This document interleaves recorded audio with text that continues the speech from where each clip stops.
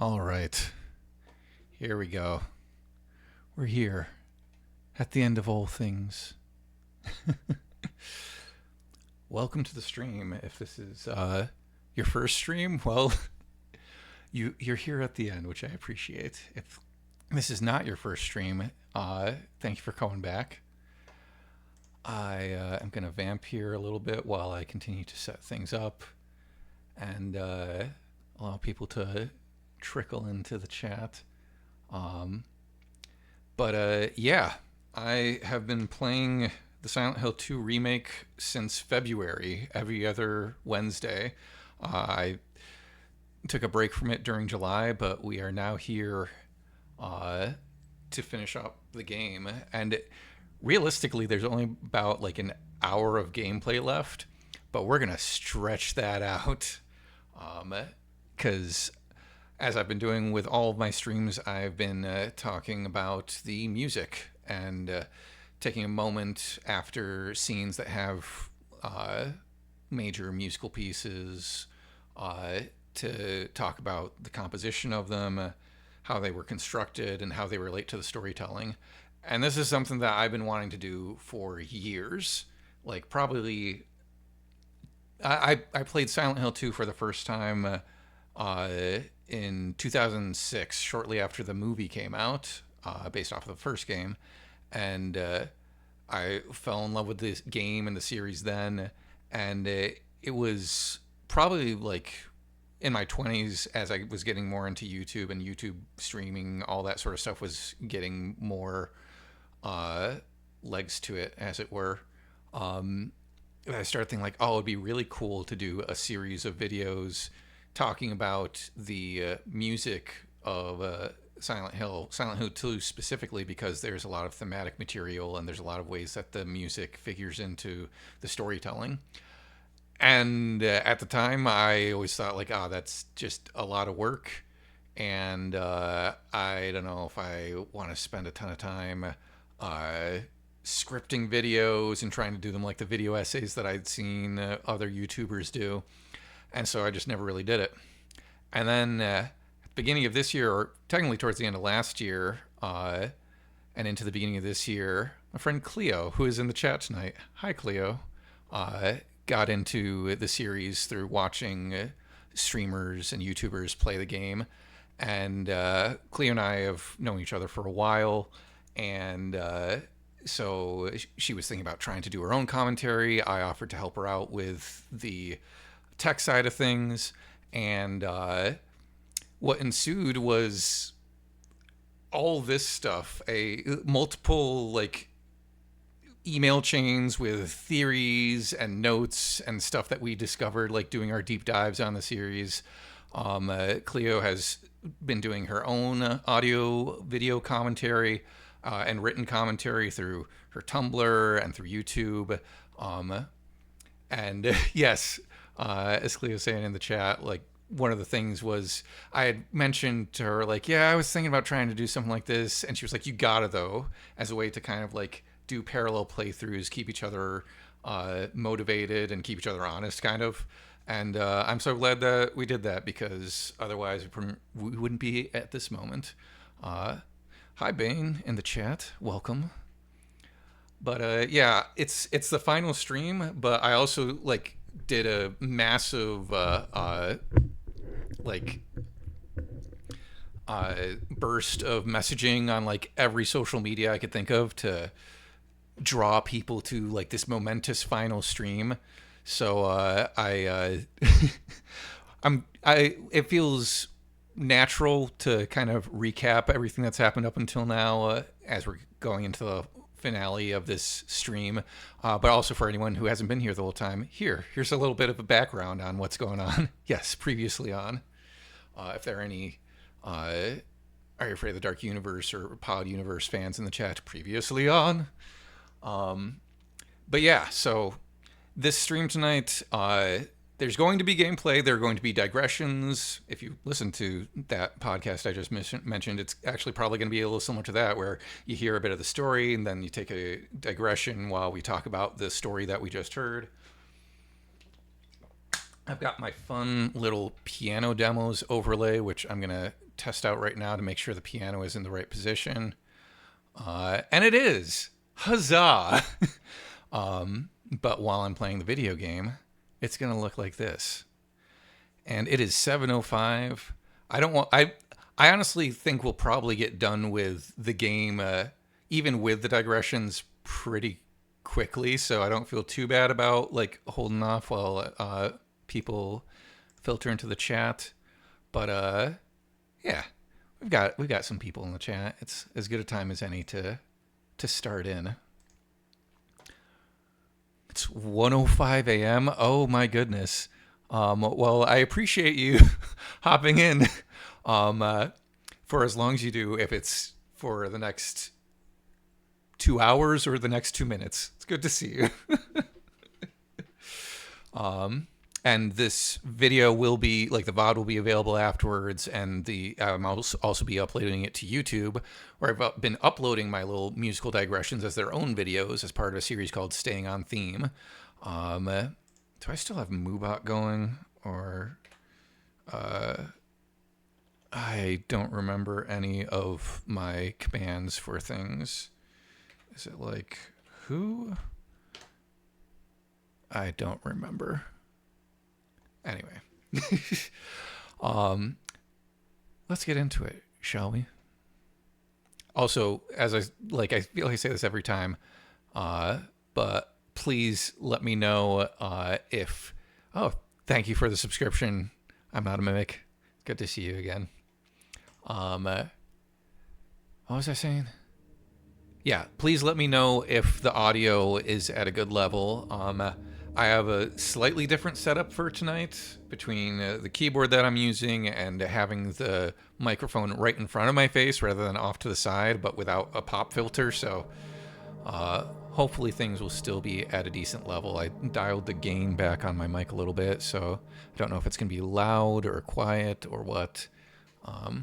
Cool. Yeah, I figured getting the microphone closer to my face would work out better for at least being able to hear me over the game when necessary. But yeah, a couple other things I'll bring up. I have spent the last 2 days. Well, first of all, I think on Sunday night I got the Rebirth ending off stream because you have to play through the whole ending to get to that. And while I'd love to show you guys the Rebirth ending, I don't want you to have to sit through multiple boss fights over and over again to see all the different endings. Last time I hit the Bliss ending and the Dog ending. And then for like Monday and Tuesday evening, I decided I would really love it if I could get the Maria ending before the stream on Wednesday, because then I would just have the Stillness ending left. And so I speed ran the game over the course of 2 evenings, completed it in about 8.5 hours, and got the Maria ending. Basically got all the other achievements because I had missed some of the photos, and I was able to get those on the speed run. And now the only achievement I have left is the Memos achievement, and the only ending I have left is the Stillness ending. And speaking of the Stillness ending, I actually, to kind of recap where we've been and where we're going, I'm going to bring us back to some of the notes that we've been getting as part of the Stillness ending. So the Stillness ending is one of the new endings that they created for the remake. It's one of the reasons that I really feel like the remake was designed to be a sequel to the original Silent Hill 2, not just a remake. But also it has like a very interesting emotional thread to it. I had not read any of the notes from the Stillness ending before playing this playthrough, and I had watched the Stillness ending once, but I've been avoiding it since then so that I can kind of go into it with just the weight of everything that's happened in this playthrough behind me. And talking about that stuff, let me see if I switch over to this display. Yeah, here are the things that we've been reading on the Stillness. playthrough. First of all, you have to get the Key of Sorrow from a car at the beginning of the game, which you can only get into if you're playing New Game Plus, because you need a weapon, and the only weapon you'd have at that point is the chainsaw, which you can only get in New Game. You get the picture. So you get the Key of Sorrow, and then there are 3 notes of this sort spread throughout the game to give you codes for a safe in the Lakeview Hotel that you'll open with the code and the Key of Sorrow. And I was really interested to see what the emotional thread of these notes was going to be. So the first one you find in the front office of Woodside, and it's like a note from the landlord or something, and it says, "Why has 201 not been rented out for so long? There have been so many years since anyone lived there. I know they've never really checked out, but I think it's time to move on now. They're gone." So already we're setting up this idea of loss and haunting almost, and sticking around long after they're meant to be gone. And then in Otherworld Brookhaven, yeah, it's fine. We got this note from the director's office that says, "The cardiectomy procedure has proven successful. The results are all around sufficient. The patient is faring as intended. Time will tell if this is enough." For those unfamiliar with medical terminology, a cardiectomy would be the removal of the heart, which, in most cases, pretty sure that leads to death. But I've got a lot of thoughts about this one in particular. I don't know if it's meant to be taken literally as much as, like, I keep thinking of it on an emotional, metaphorical level of, like, oh, James has been through so much pain and he just wants to, like, it like, there's the phrase of, like, feeling like your heart's been ripped out of your chest, and then also just this idea of, like, it, like, maybe the only way to solve this is to remove my emotions, just become dead to the world, or dead literally if you remove your heart. And then the final note is here in the Lakeview Hotel in the guest book, and it's got a bunch of different guests here, but there's this one right here in the middle that says guest JS. Renting to, as in the time frame that they're renting to. Indefinitely. Payment paid in full. So again, we get this idea of just lingering indefinitely. And I'm excited to see how that contributes towards this final ending that we'll be getting tonight. So now, let's actually get into the video game.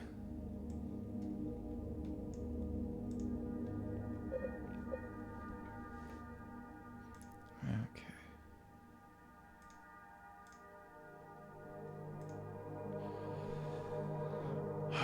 How's everyone doing tonight? We're all doing good? All right. Let me know if I need to move the mic at all, too, because I feel like I'm off to the side of it or something. And if I'm talking directly into it, then you should be able to hear me very well. All right. Yeah, these are from my Maria ending speed run the other day. And this one from last stream should be the correct save file.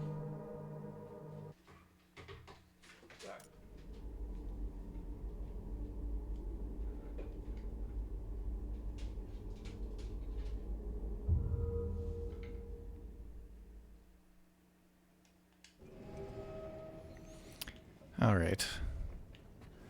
Yeah, that last note from the Stillness ending is right here.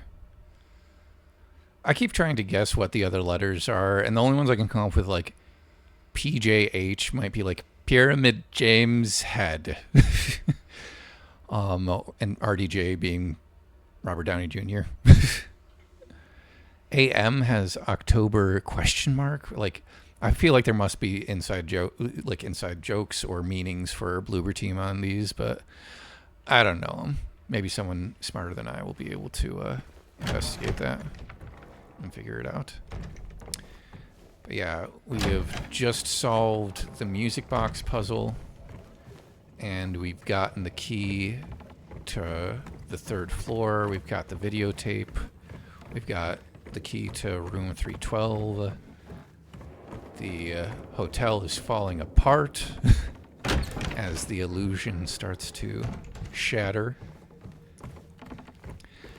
And now we're going to get to the pivotal turning point, where this whole time James has wondered, what really happened to Mary?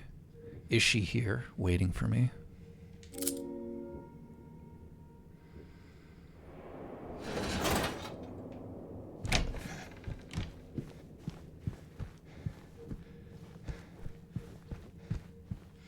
I really hope that I don't have, knock on wood, that I don't have bad frame rate issues at important places.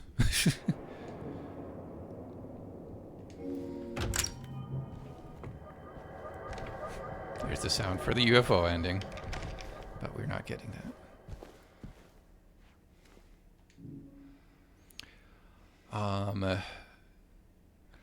Before I put the videotape in and we watch it, I've been talking in a lot of these music discussions about the placement and intentionality of the music. Like, an instrument enters when a certain character says a certain line of dialogue.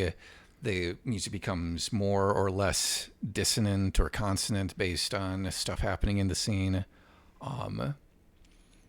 This next piece of music, True, is an interesting one because it is a very iconic piece of music from the original game. And like most of the pieces of music in the original game, it was just a loop. But here, as with many of the pieces, Akira Yamaoka was able to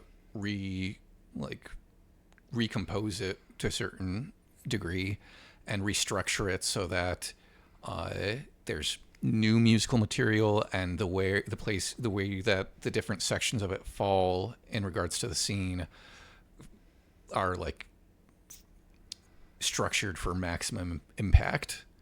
And I'll talk more about that after the scene. But yeah, one thing I will say, there is a melody in this piece of music that we've talked about a bunch this entire playthrough, and see if you can figure out what it is, where the instrument plays it. You might already know if you're familiar with the piece of music, but yeah, let's get into it.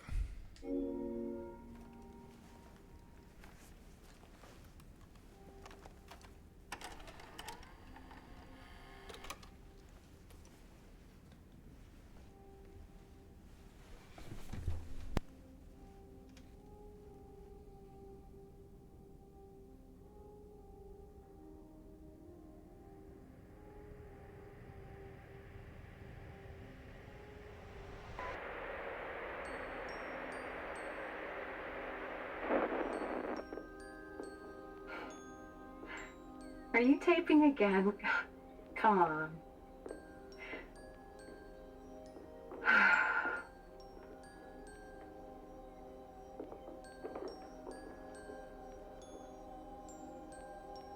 I don't know why, but I just love it here. It's so peaceful. You know what I heard? This whole area used to be a sacred place. I think I can see why.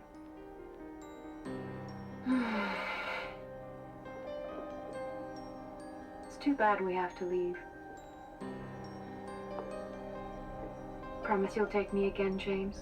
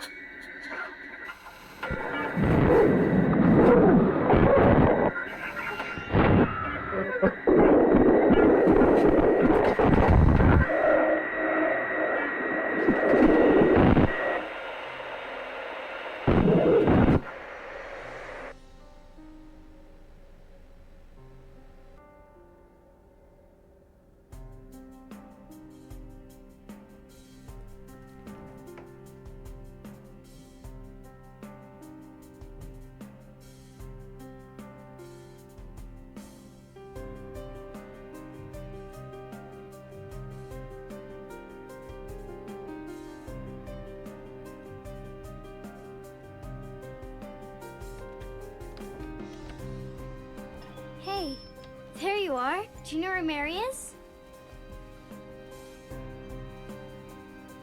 Come on. Talk to me. Mary's gone. She's dead.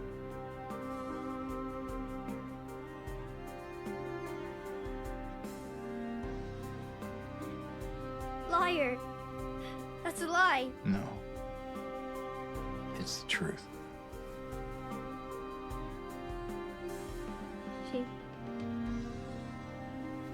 She died because she was sick.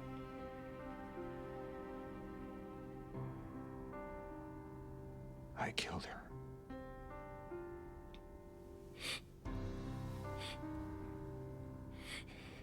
Killer? Why'd you do it? I hate you. I want her back. Give her back to me. I knew it. You didn't care about her. I hate you, James. I hate you. I hate you. I hate you.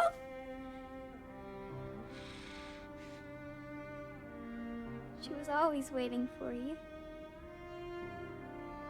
Why?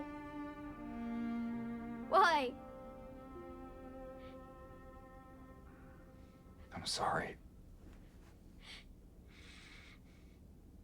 Mary, you know, isn't here.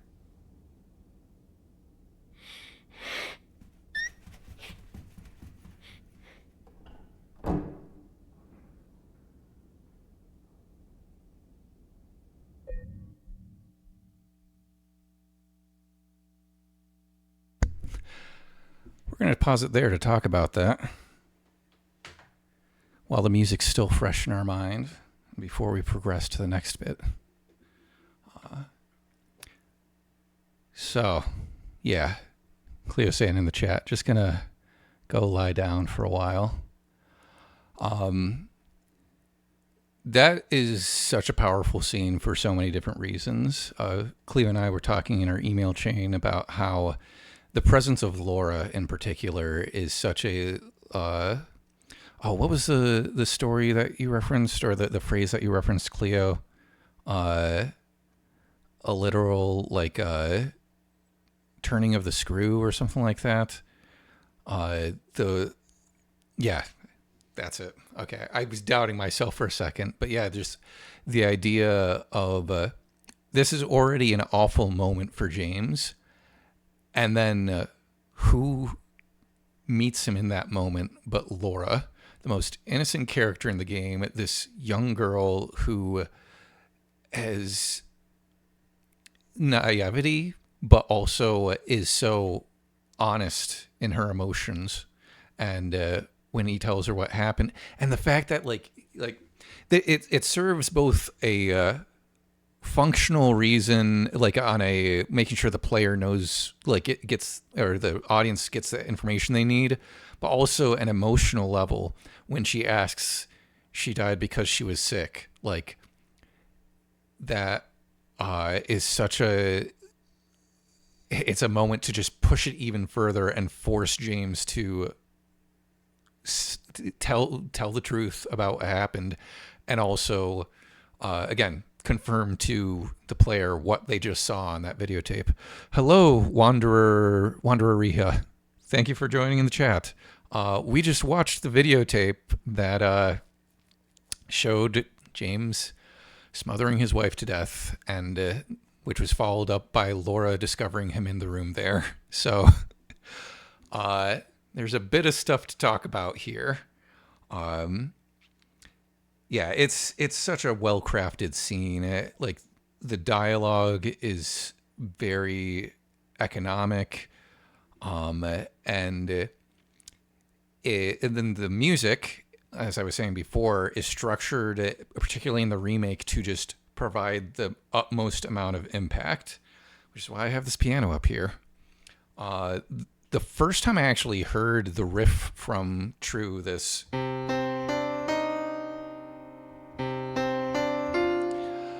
I'm pretty sure was actually like my brother was downloading music in high school and stuff, and he had a remix of this piece called There Was a Hole Here from Overclock Remix, done by an artist called The Wingless, which is a very cool remix. But then when I heard the real version of the piece, I was like, oh, this is a lot less complicated in certain ways, but a lot more impactful because of that. For the remake, we have the addition of this like opening section that has like this very atmospheric synth tone going like,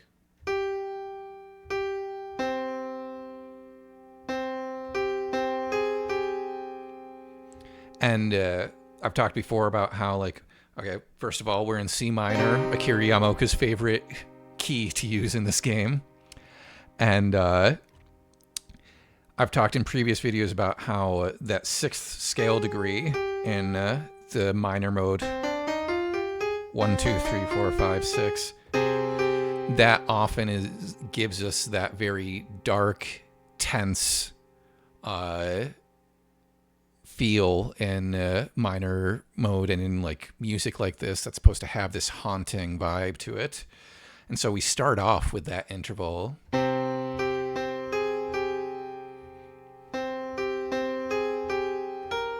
And we're avoiding that minor third that really defines minor chord. And then we get that riff played on this music box sort of sound like this. Playing it in parallel with the piano. And it's either like a Celeste or a music box. I get the vibe that it was almost a way to bring the music box puzzle music into this piece of music, as a way to create even more connectivity there.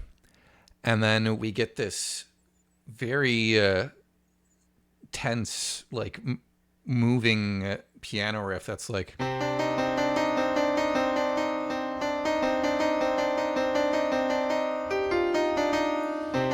and it gives us a sense of like, oh, things are progressing towards something. We're moving quickly towards this truth that James has been avoiding.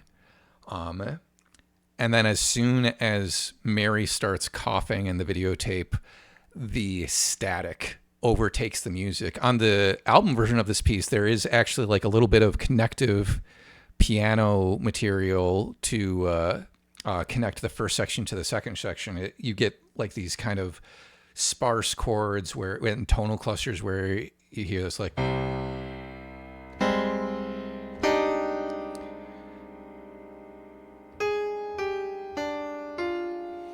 we don't hear that in the game because in that moment all they want you to focus on is what's on screen, which is this very distorted but clear enough image of what James is doing to Mary. And it's not until we shift back to the reflection of James's face in the TV that we hear that like cymbal swell, and we start to hear the main riff, piano riff from True.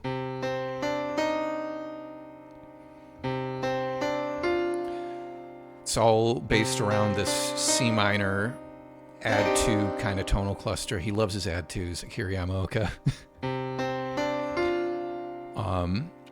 I think I talked in a previous video about how, like, I remember Hans Zimmer in some masterclass thing talking about how, like, melodies are, like, oftentimes a call and response or a question and answer, where you've got, like, question, answer. Like, that's not really great, but that, like, there's something about coming back to that tonic or any of the like strong notes in a chord that gives you that feeling of like, oh, things are getting answered or resolved. I feel like this riff, because it starts off with this is like stating the reality, the truth that this title is referring to. James killed his wife, and then we get this sort of suspended chord. It's not really a like C minor chord or even like a D minor or D diminished chord. It's just this, we've got these 2 non-chord tones that to me feel like they're asking a question, and it's this constant back and forth of answer, question. Like it's saying, you did this. And the player and James is saying, did he really? And it just keeps going back and forth between that and this main riff. And then we get this cool piano riff in the treble where it's going like...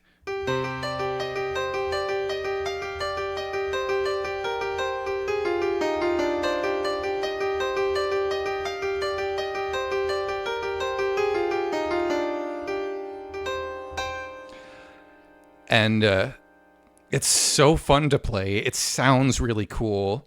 It's kind of this based around this pedal note, the fifth scale degree, but between that we've got the...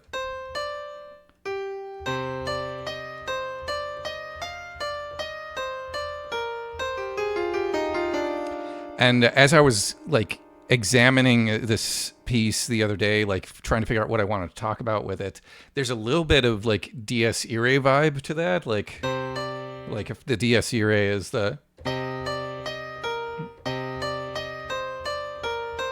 We get a little bit of that with like...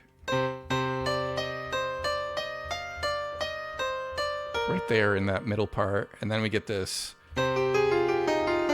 And then as I was listening to that and thinking about the Dies Irae, I made a connection I hadn't made before.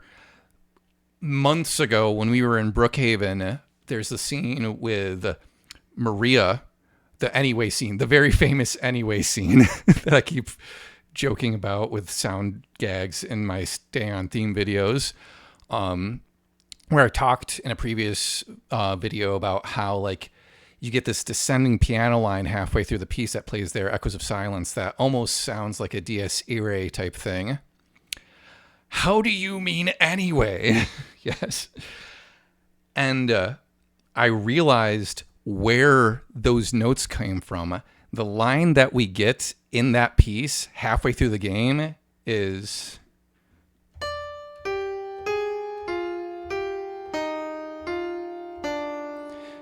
which, aside from that first note, is the very end of the true riff.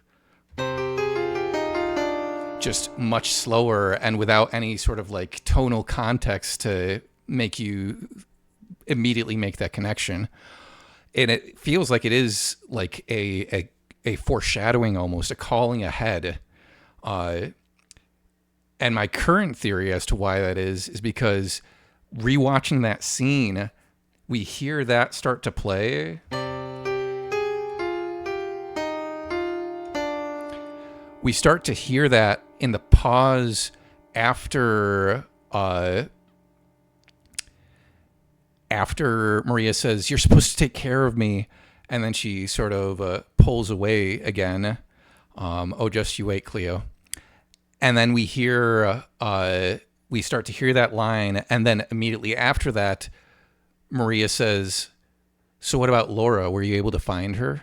And who do we have in this scene but Laura as that riff starts to come in? So that's like the first thematic thing that I wanted to talk about with this is we get this melody that's used in two places where Laura is in the game. Then let's talk about the drums. Can we talk about the drums? Let's talk about the drums. The drums I talked about, like the drums are mostly used in the rock songs on the soundtrack, which really don't come up in the game that much, but they come in for the first time really when you meet Maria, and they're present for Heaven's Night. And I can't think of any other pieces off the top of my head, in the remake at least, that use drums before this point. But I talked before, it was After Daddy. That was another place where we had the drums enter, and they give this sort of like feeling of progression. We're moving forward towards something. And I think it's they serve a similar function here, is they like provide this very steady beat and this stability, but also this idea of like, oh, we're moving towards something. So there's the drums. And then we've got one of the most beautiful parts of this piece is the cello line. And actually, before we get to that, let's talk about the cello line. So we've got the riff. Then we've got this like pedal note riff.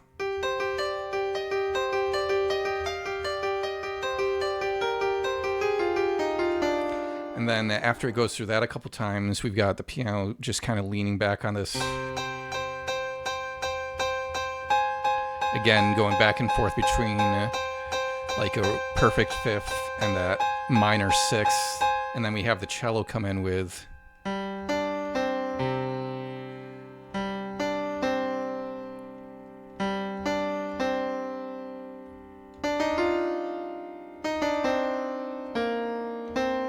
and it's echoed in this higher up instrument that sounds like almost like a music box or Celeste.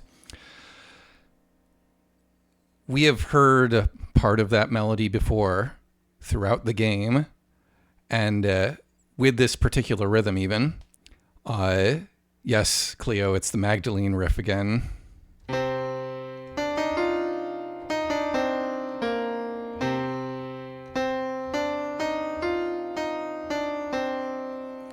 We hear it in the remake for the first time on the jukebox with that sort of freer rhythm. And we hear it that similar way when Maria dies in Brookhaven. But there is a riff that changes the rhythm of those notes, but maintains the notes themselves, that occurs several times throughout the soundtrack. First time I talked about it before was with Null Moon, where we had it in this Dorian mode thing, and so it was kind of hidden, this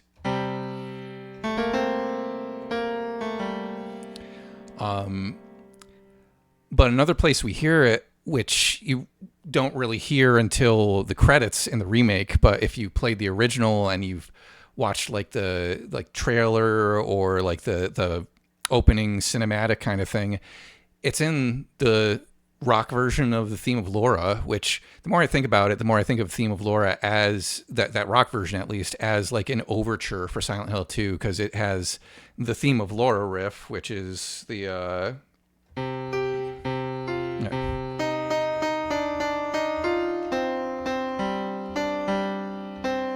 it's got that riff, which Akira Yamaoka uses on several other pieces in the Silent Hill series to like kind of call back to this game.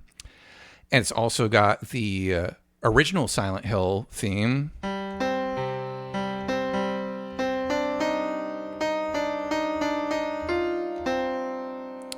And then in that same section of the song, it's kind of like what you might call the bridge of the song. Let's get into the actual key that song is in, E minor. You've got the whole...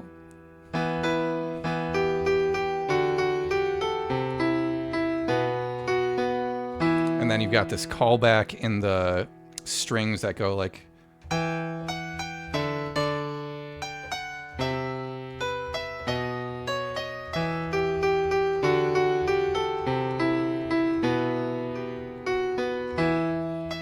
And it plays that same riff twice, and then you hear...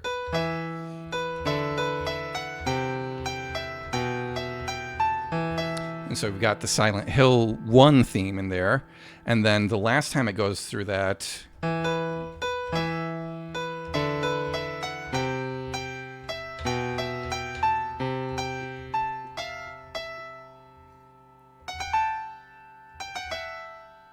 that same little... which I've always associated with Mary, because that riff happens here in True with the...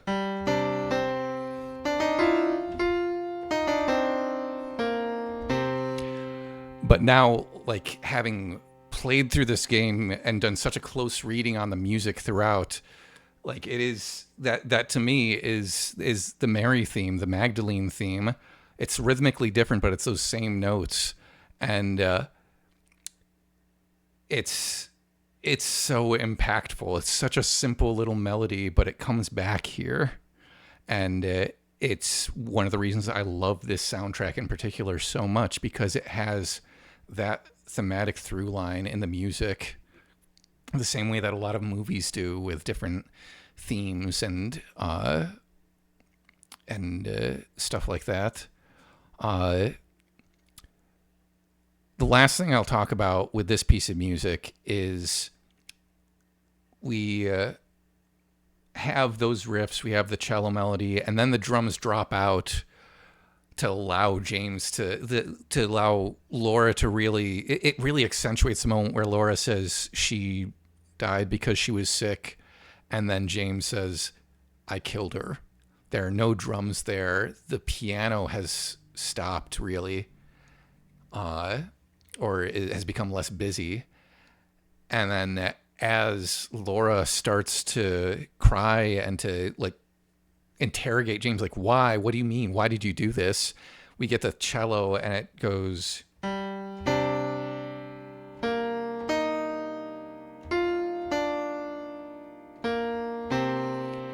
And I, like, as with any of this stuff, I could be way too deep into overanalyzing here, but I love the way that this melody, it hits that second, it doesn't hit the root note, it doesn't hit the tonic, still avoiding the tonic, and then it finally resolves as if it's like dancing around that home place, that place of stability. Like, there's so much on a harmonic level that, whether it was intentional or not, I feel like adds to this feeling of like we and James have just experienced this horrible truth, and there's a part of your brain that doesn't want to believe it, and the music reflects that. It moves away from it and then back to our home. We've got it in the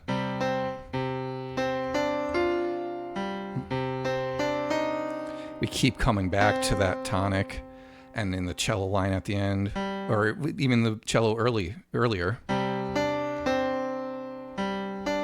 keeps repeating, going back to that.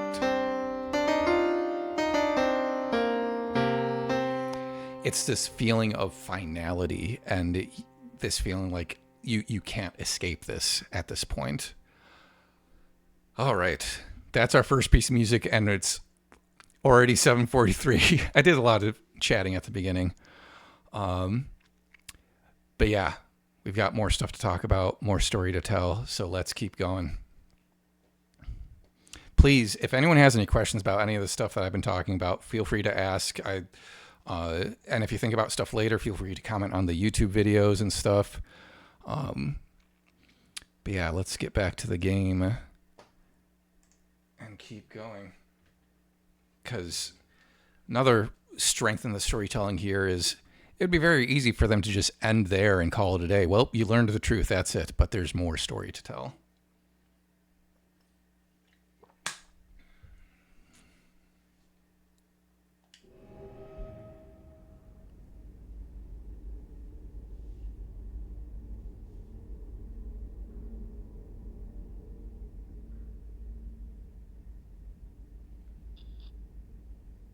We're about to get there, Bane.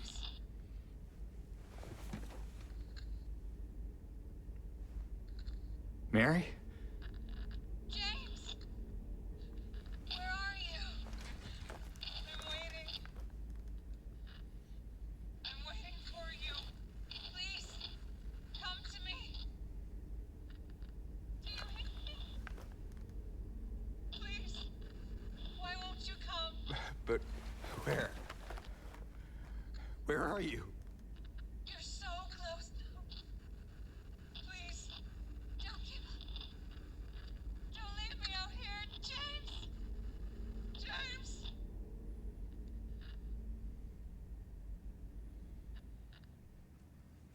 All right.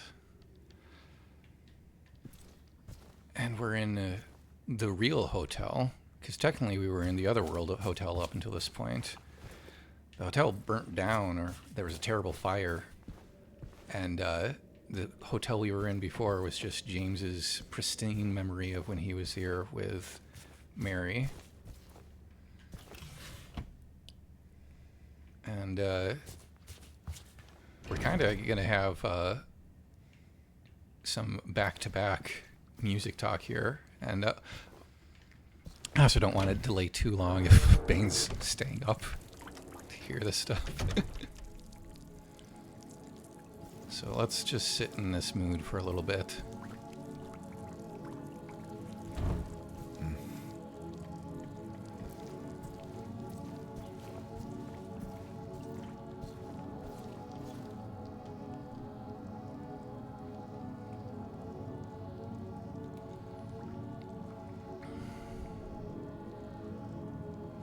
I agree, Cleo. I don't think he would have gone on without the radio call there.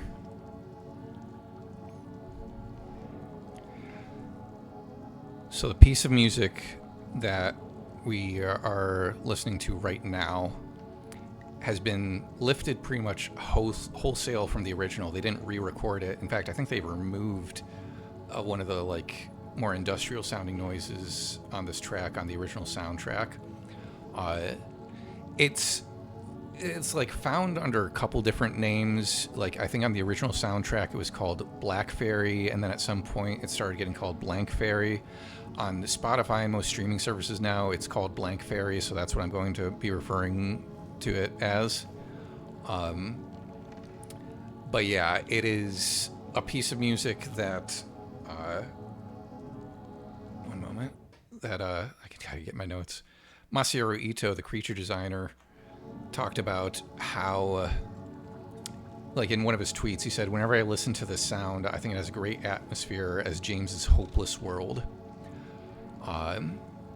For me, it really does sound like the sound of a mental break of a man whose mind has been shattered emotionally and logically, because he had forgotten this horrible thing he did. I did a dry run of my talk about this piece earlier today because we're going to get into some more technical stuff than I have before. But it seems like this is a major piece for a lot of people, and I'd hate to just be like, oh, well, it's a sample, and that's about it. So I'm going to bring my piano demos. Actually, yeah, I'm going to bring the piano demos back up for a moment to first talk about the harmonic structure of this piece. Hold on. Is the music going to keep playing if I hit Shift Tab? No. Crap. But I don't need to mouse over for the moment. So there is a lot of stuff going on here. First of all, like I mentioned before, this is a particular sample that Akira Yamaoka used to create this piece. It's a sample called Hoovering on Venus from an album, like a sample library called Cuckooland Volume 2 Ghost in the Machine by, I assume, a sample artist named Zero G. And the sample itself is, you know what? I will pause the game for a moment because I can play it for you. Let's see. I sped it up a little bit for the purposes of manipulating it earlier, but this is kind of the untouched version of that sample, just at a faster tempo. Hold on, I gotta start from the beginning.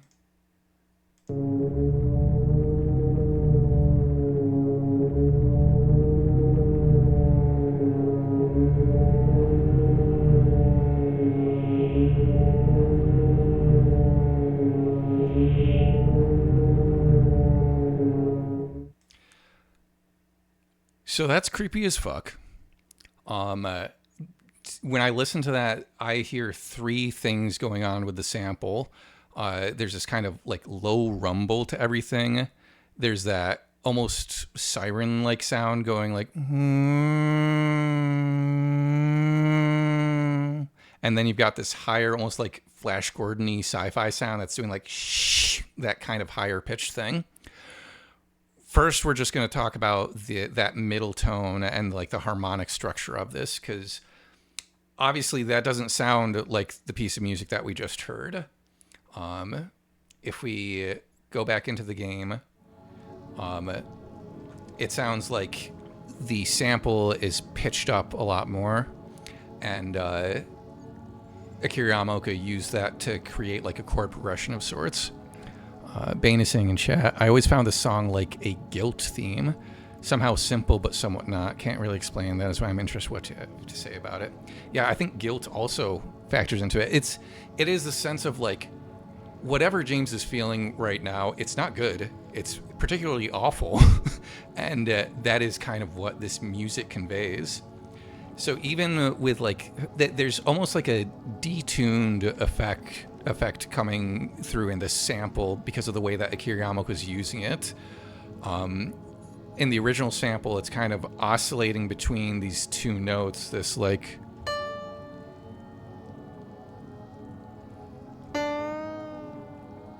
kind of back and forth like that. And because he sped it up, it's even more apparent, but you also get more of like the natural tone between those like kind of between pitch things. Cleo's saying it feels like a kind of buzzing numbness, overwhelm, unable to process everything. Yeah. So listening to this now and trying to figure out, okay, what is he doing with it beyond just using that sample? I'm trying to key into just what notes am I hearing. I took ear training classes in college. I've spent much of my life trying to like figure stuff out on the piano after hearing it, and so I like to think that I've developed an ear for like picking out pitches. I don't have perfect pitch, but I have decent relative pitch. And so when I listen to this, it's slightly detuned, but I feel like we've got that over the top, which I kind of identified as like, if it's almost a D if you split the difference. And then you've got what sounds like chords underneath it. Like actually if I pull down on the pitch bend a little bit, it's more in tune with whatever's in the game. So already this piece of music is not really like in a natural place in terms of like keyboard temperament or most instruments, the way that we keep things in tune in Western music. And then we're hearing these notes in the bottom, like below that drone in the top. And what I'm hearing is a chord progression of sorts, and I'll try to wait for it to cycle back around and then show what chords I think I'm hearing on the piano, like using the piano. Okay, right here.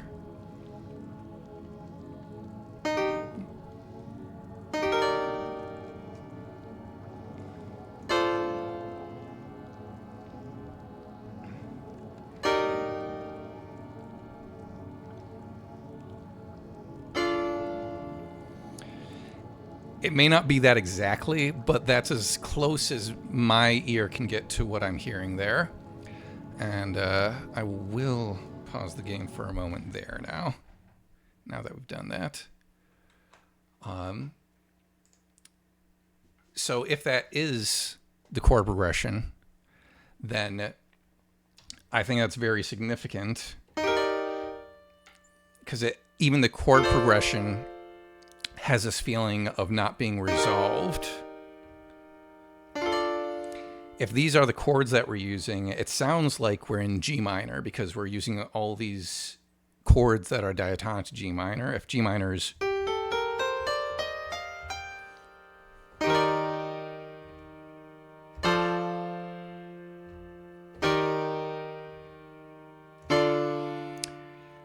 and significantly, we never actually arrive at our G minor tonic. We're just going back and forth around these chords, and we keep coming back to this E flat major 7, which has this feeling of not being resolved.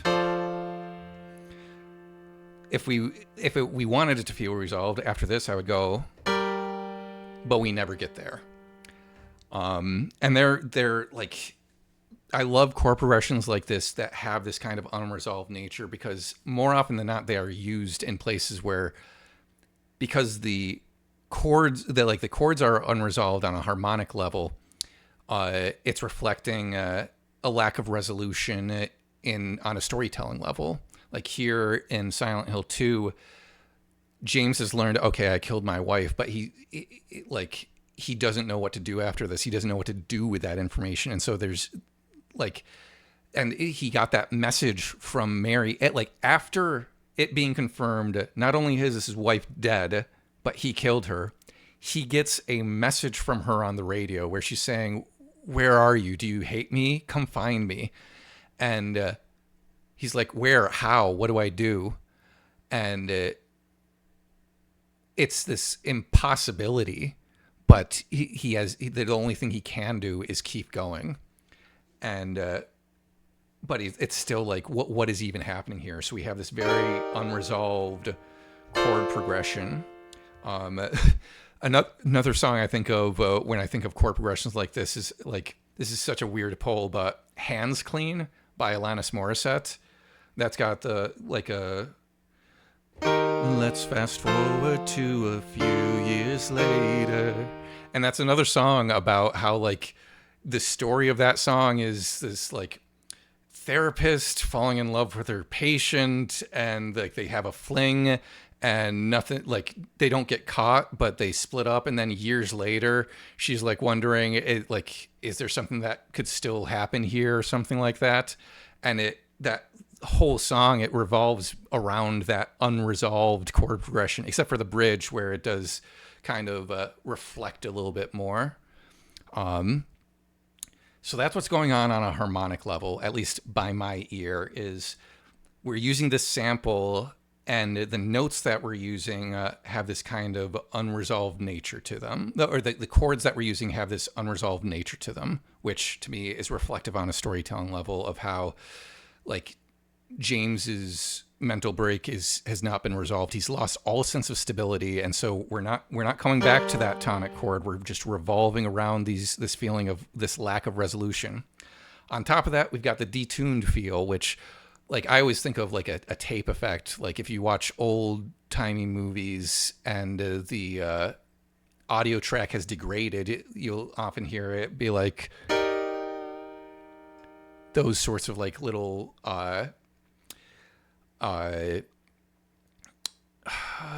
what's the word I'm looking for? Not inaccuracies. Those little. My mind is blanking. You know what I mean? Those defects, those little defects that kind of make it sound a little off. Which Akira Yamaoka is really good. Distortions. Yeah, that's a good word for it, Cleo. Distortions or defects, which Akira Yamaoka is really good at making stuff that sounds off. And so I also kind of tried to simulate a little bit what's going on here with this synth tone I have. I'm going to lower the volume on it just so it doesn't blow your ears out. Is that super loud? Is that too loud? I'll lower it even more. But we've got, I tried to pick out a synth tone that has a similar vibe. And again, this is all just talking about how I think to account for what the sample is doing, because I really don't know how the sample was made. But what's going on here is this kind of detuned nature, which if I slide my piano over a little bit, I'll show you what I'm doing there. If you look at that bend wheel, I'm bending the pitch manually to give it that kind of tape effect.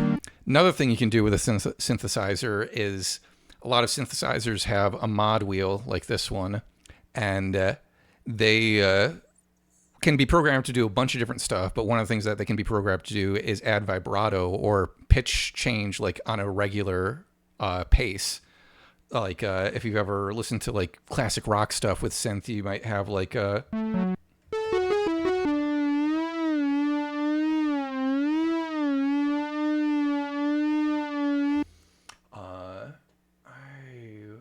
thought I had the rate set to be a lot more quick than that.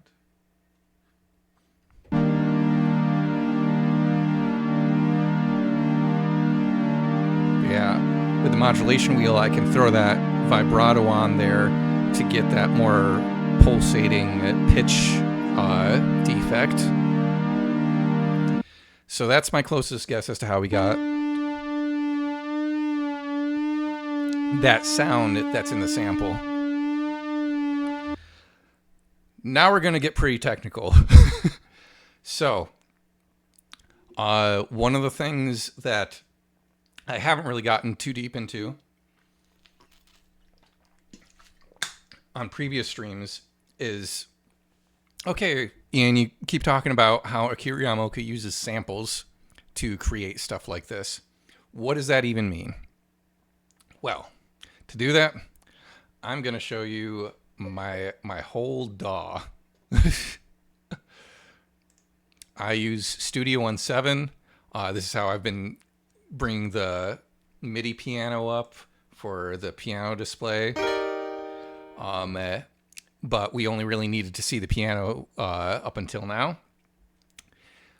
Because of how iconic this piece of music is, and because I am so passionate about demystifying these things for the sake of, like, if you wanted to make something like this yourself in the future, how might you go about doing that? Or if you just even want to, like, learn the behind-the-scenes stuff about stuff like this, I wanted to provide more than just, like, oh, well, it's a sample, I don't know exactly how he used it. So, first of all, we've got the sample from the Hoovering on Venus sample. Like I said, I've sped it up from the original version of the sample that I heard. We've got that low rumbling, we've got the and then we got that sharp kind of sci-fi sound over everything. If we listen to the piece of music in the game again,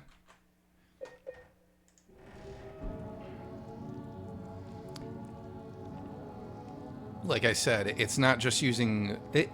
Not only is it not just using, like, the sample on its own, it's spreading it out amongst multiple notes, but it's much faster, and you can kind of hear the sharpness of that sci-fi sound repeated in the loop of the sample that he's using.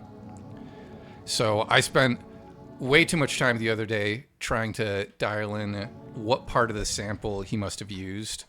The closest I got, which I'm pretty confident in how I use this, or my selection, I don't think it's exactly it, but it's pretty close, was this little section here. Hold on. All right, that's adjusting the... How do I move my loop back over here? Actually, yeah, if I just click on this. So if I just play this loop here,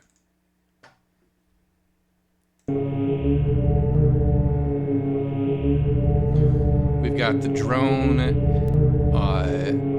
and we've got that sharpness, we've got the rumbling, but we don't have any of this stuff. Like the first half of this sample doesn't have the sci-fi noise, so I was like, it couldn't have come from there. But as we're listening to that looping, one of the things you'll notice is, like, every time it loops, you hear, like, a clipping noise, almost like, because it's not a seamless loop. So the way that I learned how to create a seamless loop is from this guy, Akash the Car. I went to a panel of his at a convention back in, like, 2013, and I still have his emails come every now and again, I think. And in one of his videos that he put up on YouTube, I think it was him that I watched, he showed how to create a seamless loopable sound. Basically what it involves is, like, taking the piece of audio that you want to loop, splitting it in half, and then taking the end of it and putting it first, and taking the first half of it, putting it second, and then creating a crossfade between the two. Because if they are split at this point, then we know that the end and the beginning are going to flow into each other. So we've just got to create a crossfade to get them to be seamless. So if we then move our loop here, and we just play this, I don't have it perfectly around that, so hold on. If I do this, then there we go. Now we don't have that little clipping sound as it loops. So then I take that, make it its own audio thing. I exported it to Audacity to do that, but there's probably a way to do it in Studio One. And then Studio One has this nice little function called Sample One, which is their sampling tool. So I hit send to new sample one, and that essentially turns it into a keyboard instrument. Now, any button I hit on this keyboard is going to play this loop, and it'll pitch it in reference to the sample that I originally had, where like we just heard the original. If I play it here, there it is. But if I play it down here, it's a lot lower in pitch, and it's also a lot slower. This is another thing I talked about with samples before, is typically when you're using a sample, unless you're using a program to specifically like change the pitch without changing tempo or vice versa, then changing the pitch of a sample is going to also change the speed of it, essentially, because it increases the frequency of the audio sample, which also increases pitch. And so that's why hearing it down here sounds like we're listening to it in slow motion, but hearing it up here, it's sounding that loop is happening on a quicker pace. Like you can even watch that line going across the middle, and it's moving across it faster in order to create the higher pitch. And so if we go back now to those pitches that I figured out for this piece of music, and we start with that drone at the top, and then we add in those chords beneath it.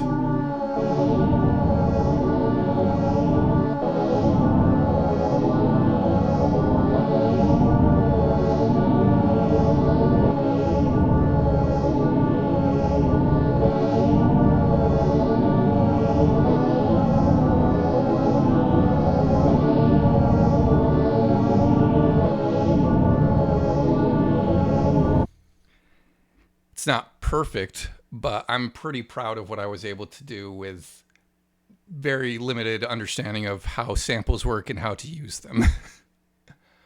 So now that we've done all that, let me get this lined back up with my piano demos overlay, because we've got more piano stuff to talk about later. But yeah, I hope Bane that provided you with the understanding of how that works, and like both on a compositional level when it comes to the pitches being used and how they might suggest a storytelling aspect, and then how to actually construct a sample that is reflective of this. Yeah, if we go back to the game, like he's obviously got, it's much better produced, and it's also like mixed in with the rest of the game noises. But yeah, I'm pretty proud of that, and I think I got pretty dang close with it. So now let's go back to the video game and actually progress the story a bit, because we basically spent an hour talking about music, and that is not what I meant to do. But hold on, what did I just do there? Did I do anything weird? Strange photos. Oh yeah, it was just the keys changing from keyboard to... All right. Where are we now? Okay. Observation room. Yeah. It's just in here, right? Or no, we didn't come in here. I haven't gone anywhere because we spent all that time talking about music. Yeah, if you have any other questions about any of the music or that piece in particular, please let me know.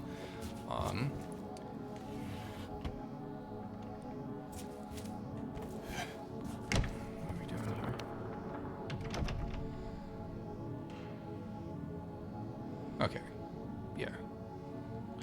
Okay. I just wanted to make sure I didn't miss anything. Oh, I need to get my checklist back up so that I don't miss any of the notes. We got the still can't get it right photo. Next note is the burned note down in the manager's office. So we've got some time before we get there.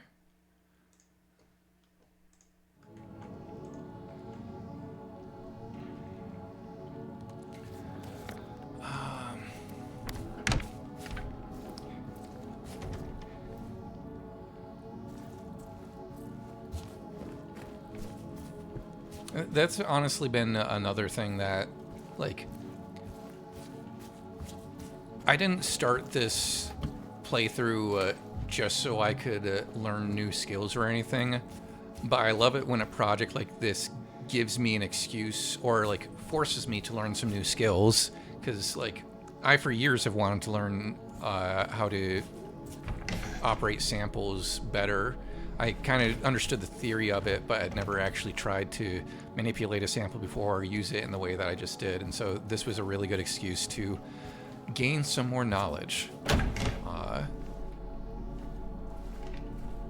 And like doing all these music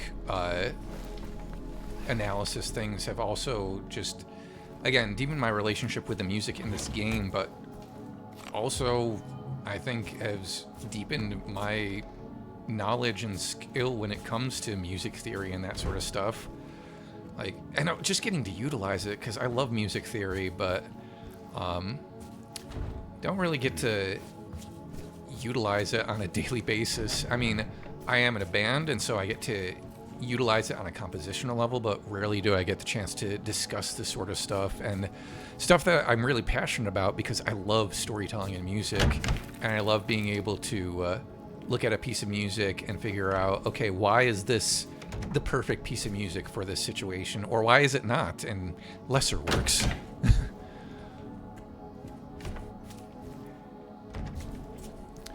Was this the room? This wasn't the room. No, we were never at this side of the building. For some reason, I thought for a second that this might have been the room with the suitcase and the funeral invitation, but it is not. That was down on like the first floor, I think.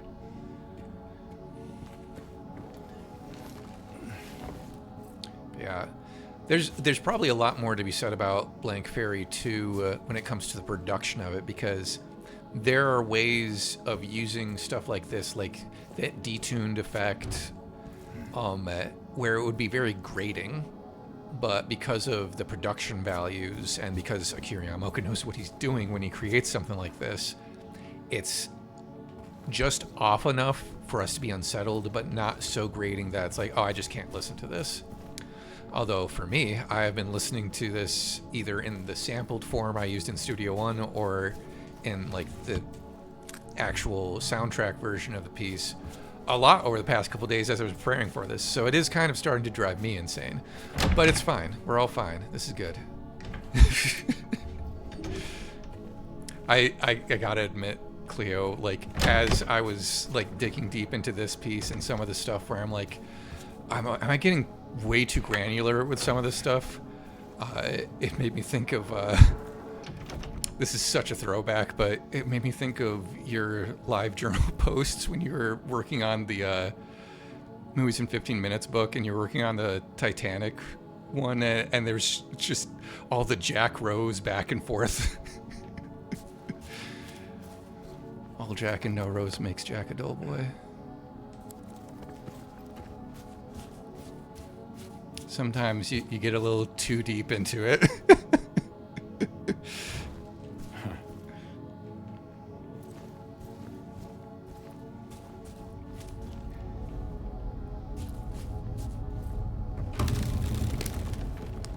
I'm just picturing you working on that.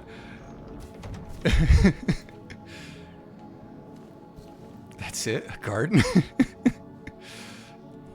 Yeah, just picturing you working on that Movies in 15 Minutes, this as your soundtrack.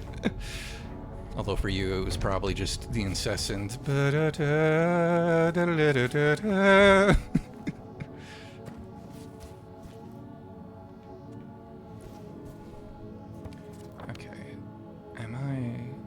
looking at all the stuff I need to.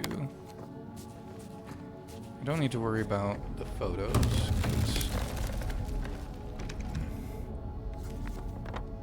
yeah, that's locked.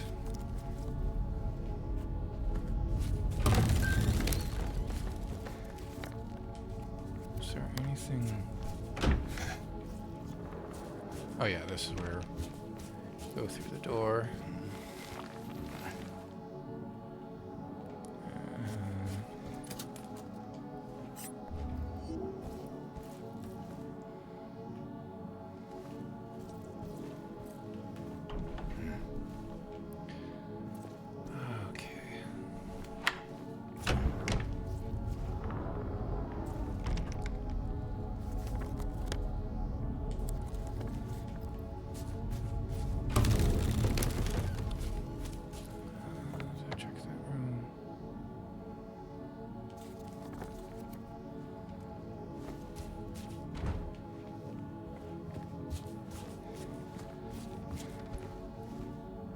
What are you looking at, James? Yeah, okay.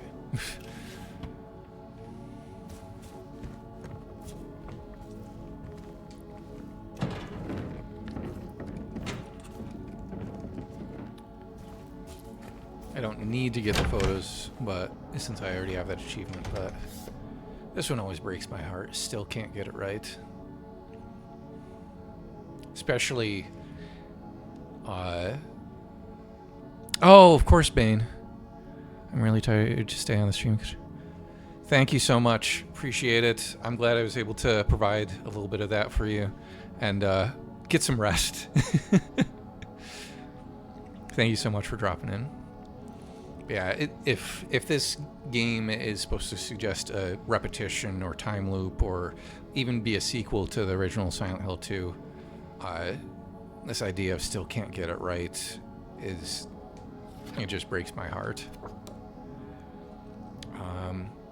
Cleo actually, I can't remember if you discovered it yourself, Cleo, or if you found someone on like Reddit who figured out it's like, this is like a negative of a picture of the bathroom at the beginning of the game. You can kind of see the graffiti on the wall there to the right.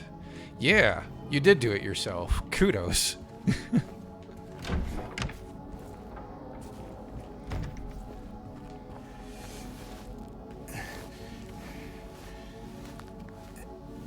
Yeah. All right. There is no healing of thy bruise. Thy wound is grievous. I can't remember. Is that from Shakespeare or the Bible or is that Jeremiah 30:12 or is that in the book?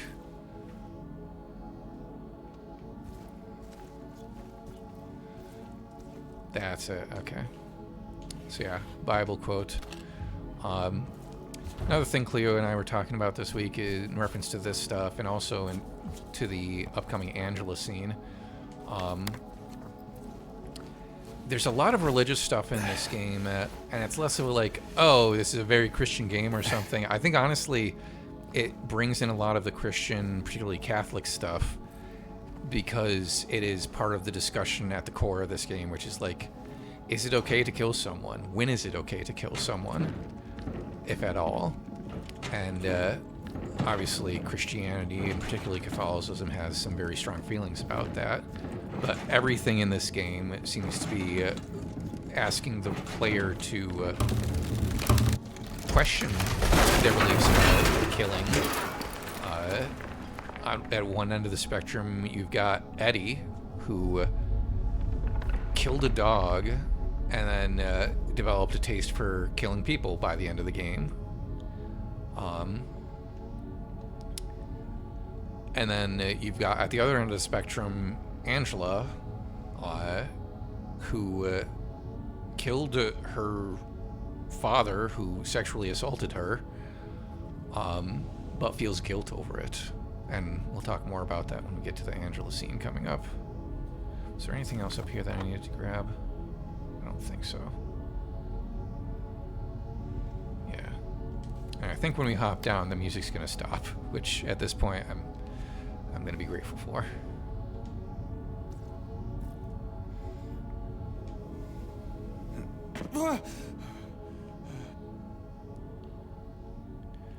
Oh, it's fading. Mercifully fading.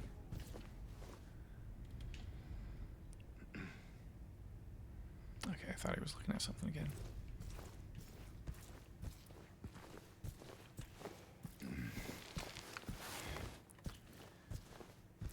Man, I was just holding down the run button for my entire speed run last night.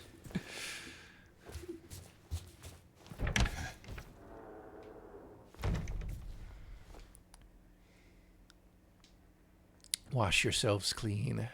Make yourselves clean. Remove the evil of your deeds from my sight. Again, this idea of like killing is a sin in Christianity. And is there any hope for James or Angela or Eddie to reach heaven if they've killed? Is there a way for them to wash themselves clean?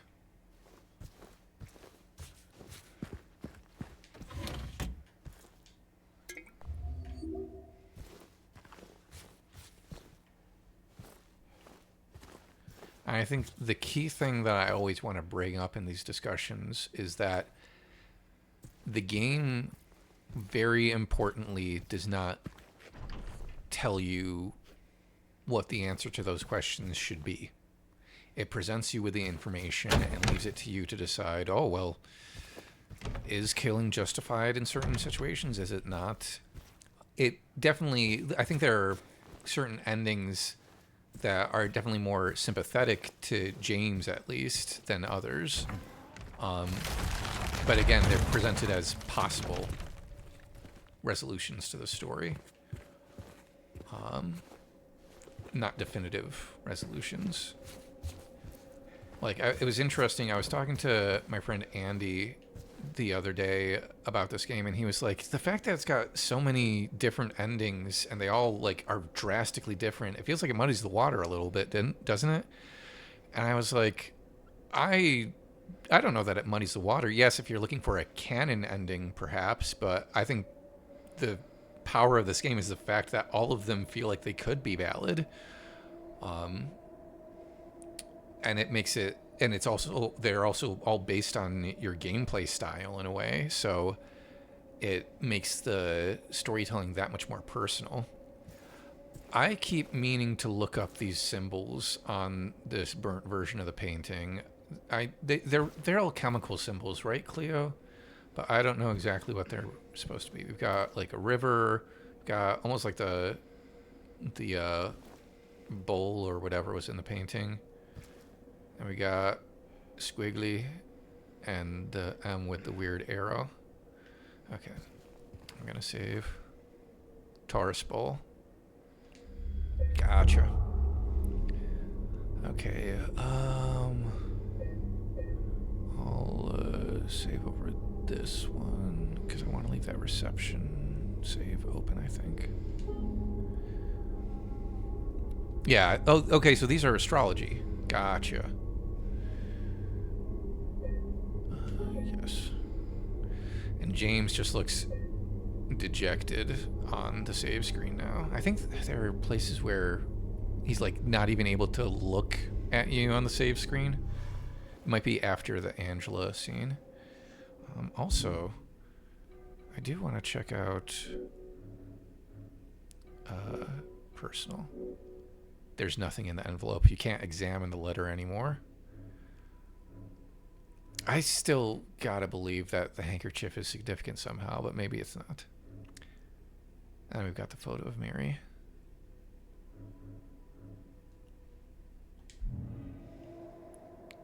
Okay, so that's what I wondered, is if maybe they were just the creatures in the painting. We've got, yeah, the Taurus.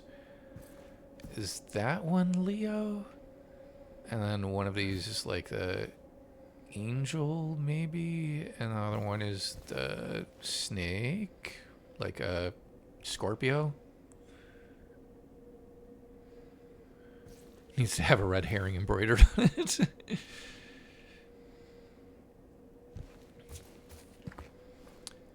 Okay.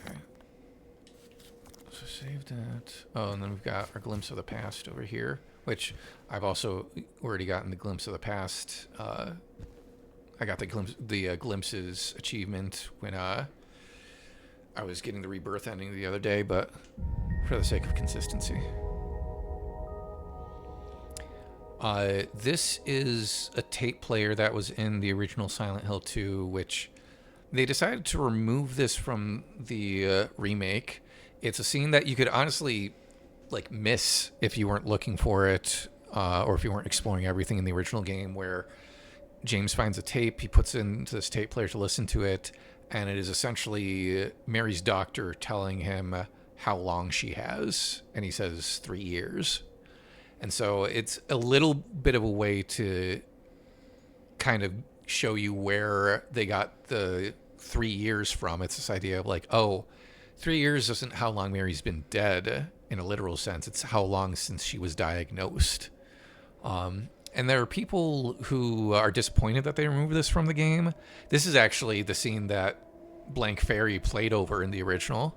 I don't mind that they removed it. They also kind of like moved it elsewhere, and they have a new message from like the doctor or the director from Brookhaven that we're going to get to soon. It's a potential way to like give a little bit more characterization to James, but I don't think it was necessary. I don't blame them for removing it, or repurposing it and like doing a little bit of a remix on it, as it were, but not an overclock remix. Okay.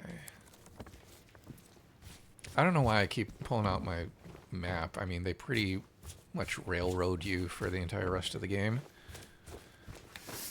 I just want to make sure that I'm not missing anything, I guess.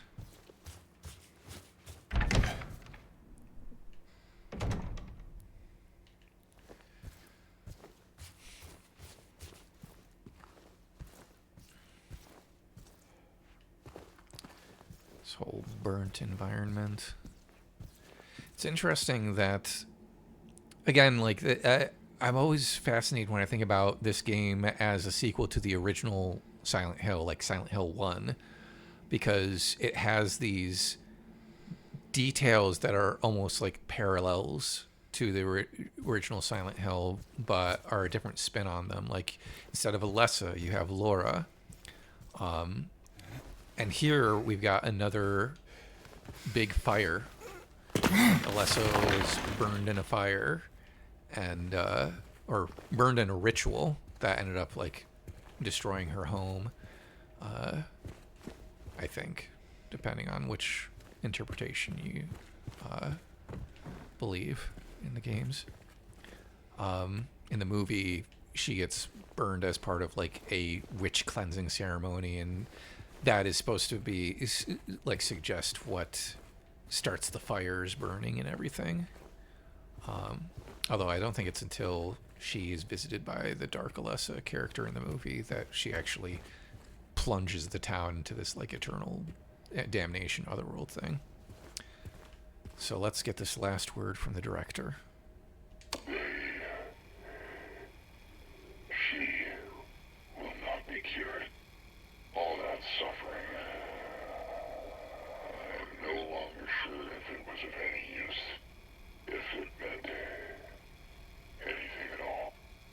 I can't say if this newfound understanding, if there's any wisdom to be had in all that happened. I suppose that's for you to learn. And I hope you will. Another message that feels like it's talking directly to James. Like it starts off as if he's talking about his patients, like the patients that we explored in Brookhaven. And then he says she, and it's almost as if he's acknowledging, no, I mean Mary. But there's another interpretation I could see, like maybe he is referring to his patients. Maybe the they is referring to James and Angela. Maybe the she is even referring to Angela. I mean, that the statement that he makes could apply to any of the characters in this game, except for maybe Laura. The word hope. Let's listen to it again. She Akira. All that suffering. I'm no longer sure if it was Again, multiple layers, the suffering of his patients, the suffering of the characters in this game. I can't say if this newfound understanding, if there's any wisdom to be had in all that happened. I suppose that's for you to learn. And I hope you will. I hope you will. Yeah, that's almost a... like, on a metatextual level, it's almost as if he's saying, like, okay, you killed your wife and suffered a mental break, but maybe Silent Hill can help you come to terms with it. Now I'm not sure if it did that for you. Like, there is a kind of like an interpretation of Silent Hill that leaves a bad taste in a lot of people's mouth of it, like Silent Hill itself being like a fantastical therapist of sorts. I think that is in some ways perhaps reductive reading, but it is definitely a reading that people have, and this might have also been a nod to that. Cleo's saying the word hope is interesting here, hope undying, and then still didn't get it right, but maybe you can.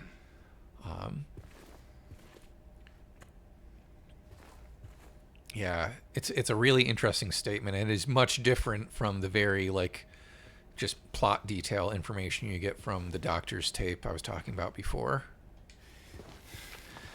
Yeah, I hope you can. It to me speaks to the multiple versions of this game that you can play, the multiple endings that you can get. Anything over here to grab? Cleo says the director is awful as a person, but I love him as a story device. Yeah, it's so interesting how everything he says and does like can be interpreted on multiple levels.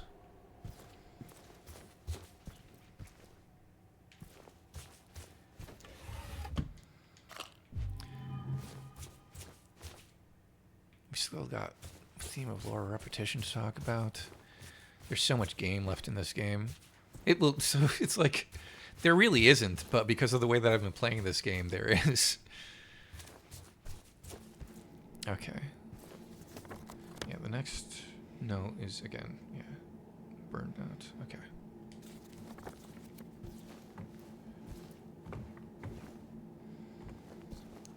Okay. Going down to the basement.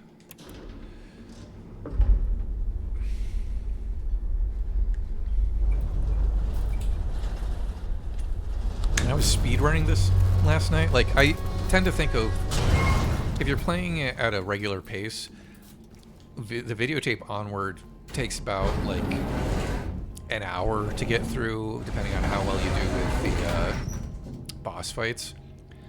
Last night when I was speedrunning it, I got through it all in like 35 minutes because I was skipping cutscenes and all that stuff until I got to the final boss, and I got the Maria ending, which I wanted to watch because it was my first time getting it. But yeah, the pace that I'm playing it at right now, with all of the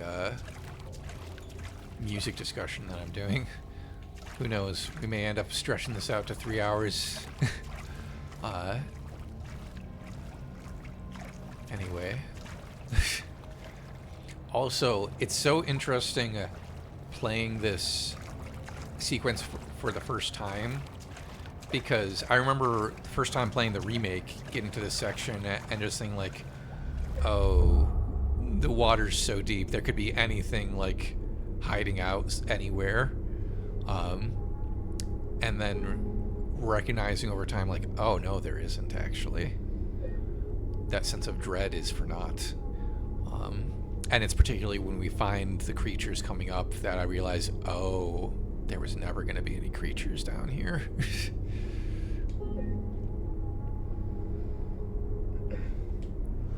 Oh, something I didn't talk about with the videotape scene. The level of detail they put into James's face, where like when that one shot when he says I killed her, his eyes just look so despondent, and his face is haggard from being up for like an entire day just running through all this horrible stuff. Just, again, the level of craft and detail that they put into everything in this game, from the voice actors' performances to the art team, like enhancing or augmenting those performances through... did I go backwards? I went backwards, didn't I? Yeah. Okay.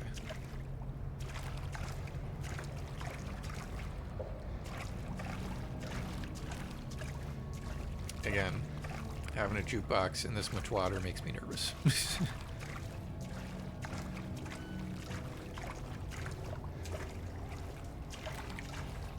Yeah, I'll be keeping an eye out for that Cleo, the lip wibble.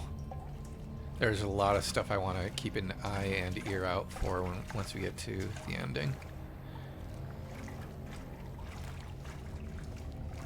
Is there anything in here? Any items that I'm missing?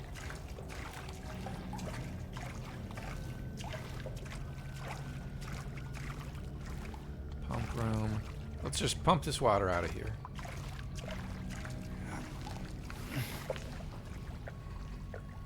Bourbon.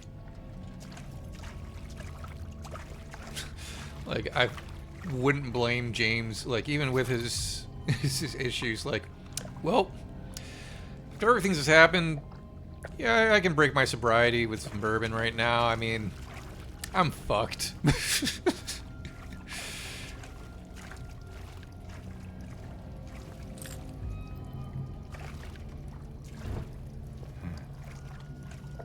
Or maybe it's just another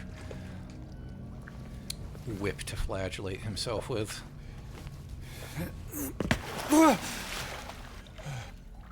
All right. We are approaching the final Angela scene.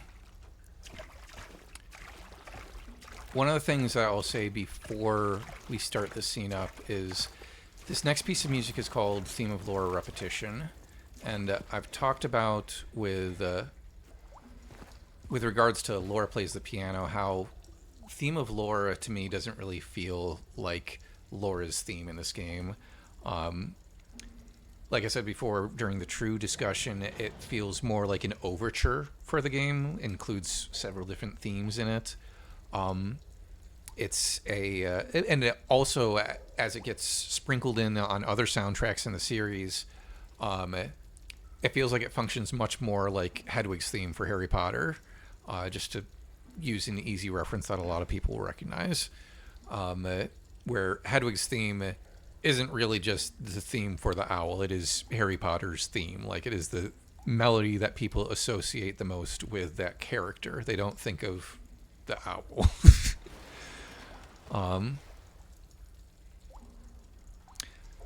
Is it even worth asking why it's called Blank Fairy? The OG names seem like they're just doing whatever. Yeah, I feel like I remember reading ages ago that, like, Akira Yamaoka might not have even been the one to name a lot of these pieces. It might have been someone else, or it might have, yeah, like with some of it might have been more arbitrary.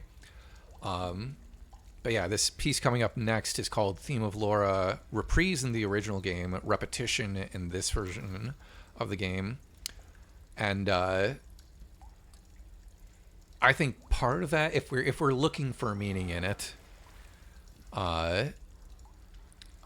I think part of it might be the fact that, like, Laura is this innocent, childlike character, and that might be what Akira Yamaoka is trying to evoke in this scene of, like, we have Angela who's regressing in certain ways to her childhood, and maybe there is a parallel between her and Laura in that way. Like, Laura got the childhood that Angela never got. Maybe that. Or it might just be like, hey, I wrote this piece of music and it fits really well with this scene. Forget about the title. They are both represented by teddy bears. All right. I'll talk more about the actual musical composition of the scene when we get in there, but let me see if there's anything else I wanted to bring up before we do.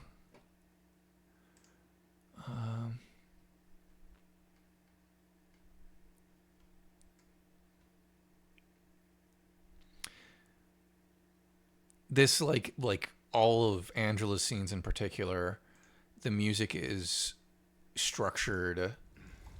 Crap. Hold on.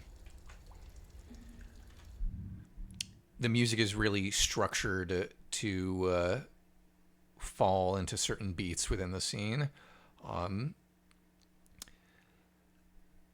The scene opens with like these atonal kind of dissonant sounds, or not dissonant necessarily, but atonal, like no grounding in a particular key or just like specific notes setting a mood, kind of like the beginning of the Promise of the Forgotten scene or the beginning of the After Daddy scene.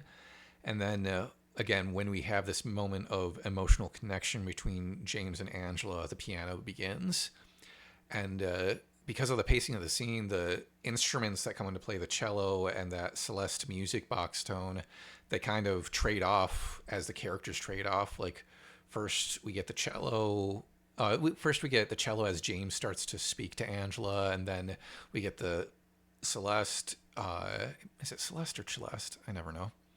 As Angela is talking, and then the cello re-enters as Angela shifts the focus back to James, where she says like, or maybe you think you can save me. I want to bring this stuff up beforehand so that you can kind of like pick it out as we watch the scene and hear how the music really intense, like the blocking of the scene and the blocking of the music are very much connected to each other to maximize the impact of both. And then the piano slows down and we start to lose that tonality as their conversation comes to an end. And Angela asks for the knife back. James says he won't give it to her, and she says, saving it for yourself. So yeah, we'll talk more about the actual notes and chords and everything after we watch the scene, but I wanted to call that stuff out so you can kind of try to pick up on it as we're watching the scene, which is already just a tragic, heartbreaking scene. Do I need to do this? No. Okay.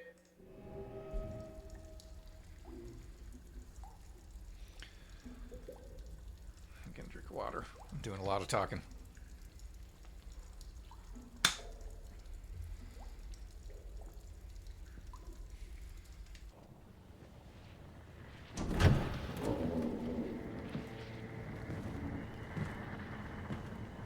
Oh, frame rate, please don't do this to me. Mama? If it's going to be like this, I might actually skip and reload. Mama! Yeah, I'm going to skip and I reload. was looking for you. Because There's only one left. I want to clean Maybe then this. I can finally... I'm glad I have been saving consistently as they've presented the save points. Because that's just not going to do. Venus Tears Bar. We're not too far back.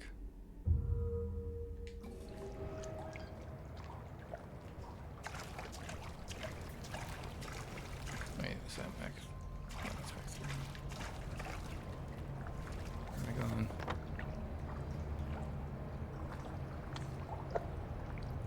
Oh, that is the way I'm going.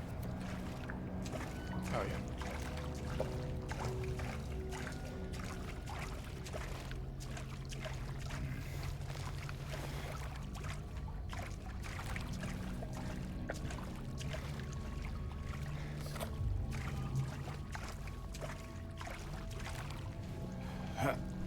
Was you looking at something else? Oh, there's shotgun.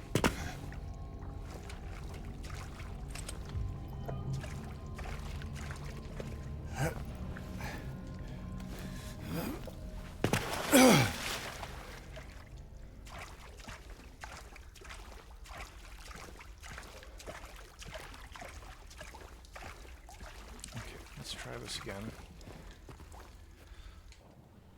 There we go.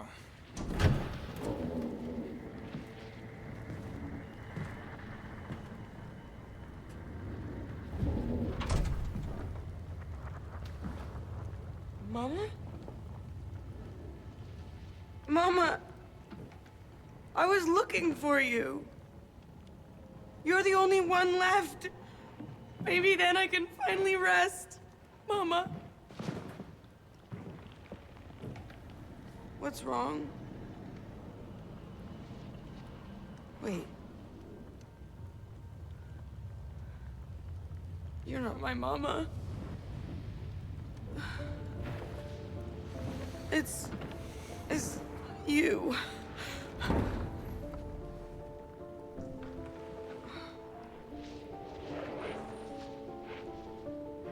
I'm sorry, Angela.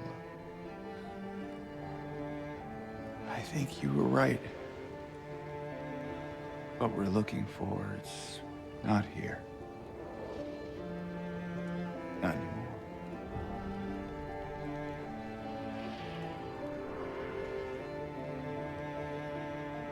Thank you for helping me earlier. But I wish you hadn't. Even Mama said it. I deserve what happened. No, Angela, that is not true. Don't pity me. I'm not worth it.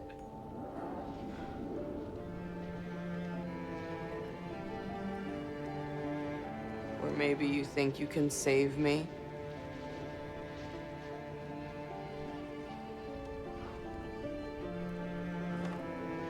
Will you love me? Care for me? Heal all my pain?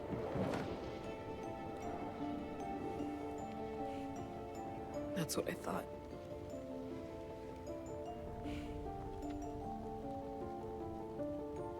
James.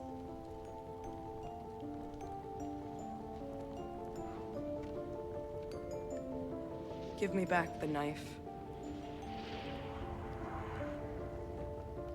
No, I won't. Saving it for yourself.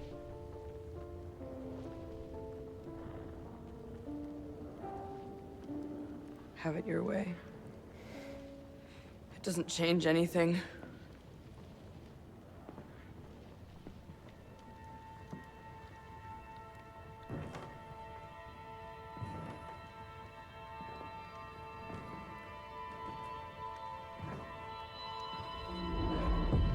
It's hot as hell in here.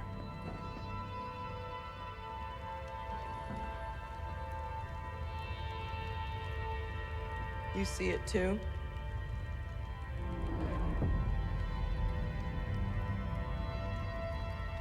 For me, it's always like this.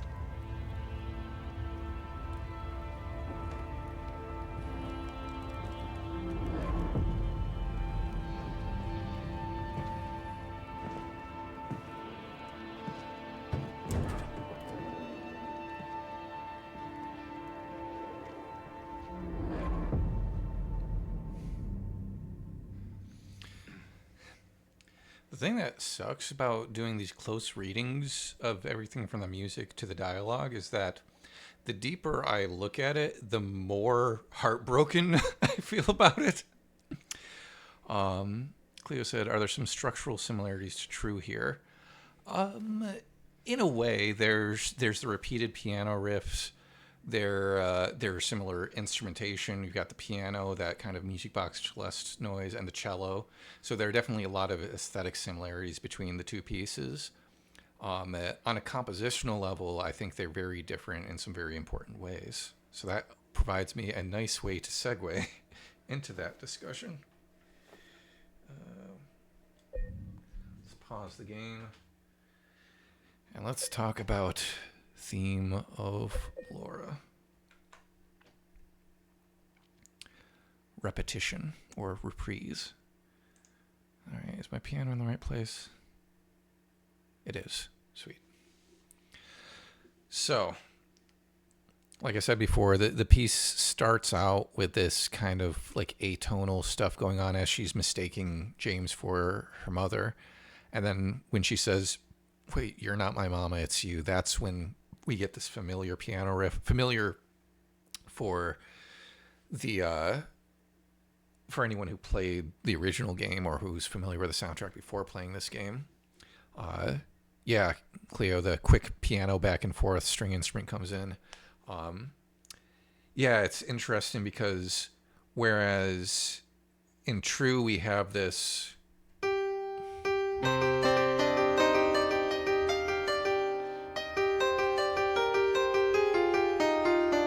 we do have that kind of back and forth pedal note thing going on up there, and this riff below that is more of just like another piano riff on top of it rather than being a bass line.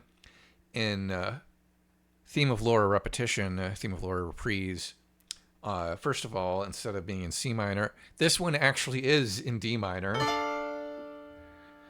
And we've got this back and forth going in the right hand, which is a lot less complicated than and moves around a lot less than the riff in True. It's just going.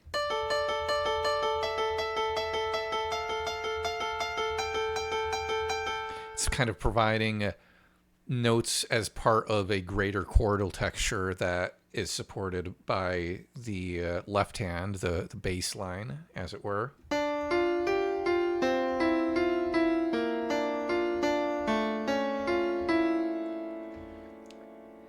And each of those parts on their own suggests certain chords, but putting them together gives you these chords. It feels very Bach to me. It feels very classical or Baroque in that way, where like Bach is known for his counterpoint in all of his like choral music, but also his piano and organ music, where you've got all these different chords that are being constructed by the interaction between the left hand and the right hand, rather than where, like, in a lot of contemporary music, you might have a simple bass line note and then the chord in the right hand, and that's what the two hands are doing.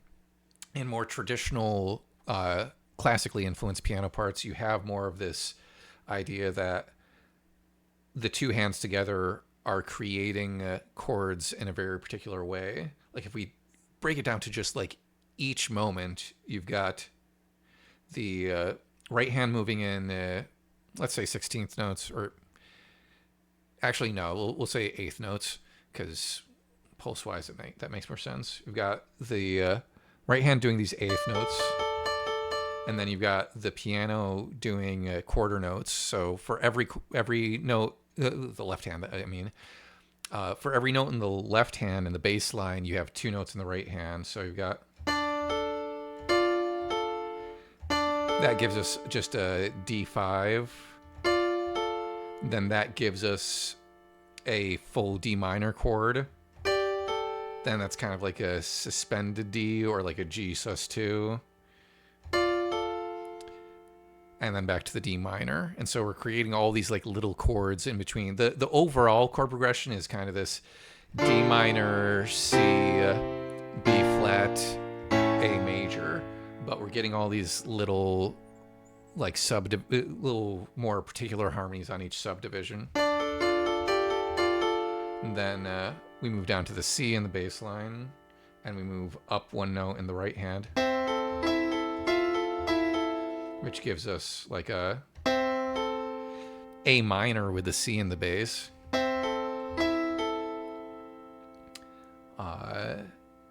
And then we've got, yeah, it's still kind of this A5 feel.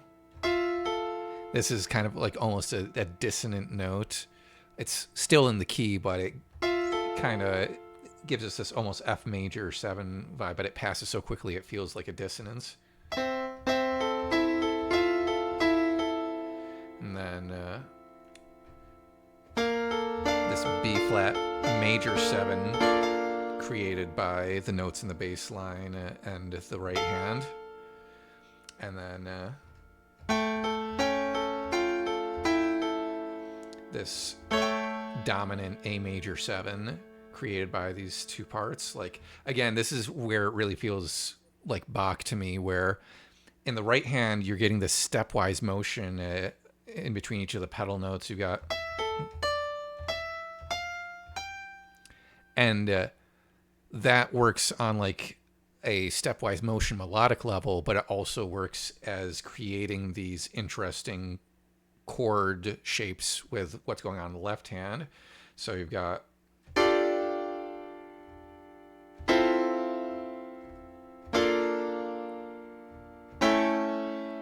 in the same way that Promise Reprise has the stepwise motion happening in its chord progression with the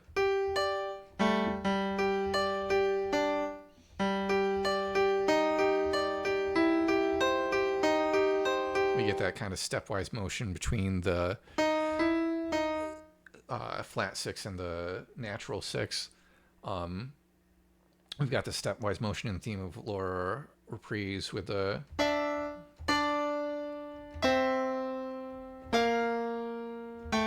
as the bass and the bass and the melody are they start together on the same note and then they move away by a step, move away by another step, and then by another. You get the suggestion of these chords of like a D minor, and then A minor, and then B flat, and then the A major 7. This A major 7 is so significant to me because throughout most of the music you hear and most of the Silent Hill soundtracks, we've been using we've been in C minor for most of this game, or F minor or G minor, but we rarely get that major 5 in the minor mode, which was a very classical, like Baroque sort of thing to do. Was even in the minor mode, they liked having that major 5 chord so that resolution to the tonic chord, C minor in this case, feels so definitive. You get that leading tone that resolves that way. And for most of the game, Akira Yamaoka has avoided that sort of very familiar, very traditional resolution of preferring more to work in these like mood pieces like Fermata and Mystic Air or Promise Reprise. We've got these chord progressions that are less about tension and release, less about resolution, and more about setting a mood and asking questions. And then in this moment, we get a 5/1 cadence. Like, I haven't talked about cadence at all, really, in most of our discussions because he avoids cadences because they do give that feeling of resolution. And so much of this game is about not resolving things, leaving them open-ended. But in this piece, we get that A major. We even get an A major dominant 7th, which is in traditional Western theory, like a perfect authentic cadence. Is it still called a perfect authentic cadence in minor? I don't know. Like that 5/7 chord, if we're using Roman numerals, to the 1 chord, if we were in a major key. You've got that resolution of that upper note downward, and then you've got the resolution of the leading tone to the tonic. And another thing I was reading about the other day as I was working on the video for the Heaven's Night piece, and I'm talking about the Devil's Chord, you've got that tritone in there that your Western ears want to hear resolve inward like that. And so we're getting that broken up in this kind of like arpeggiated chord almost with the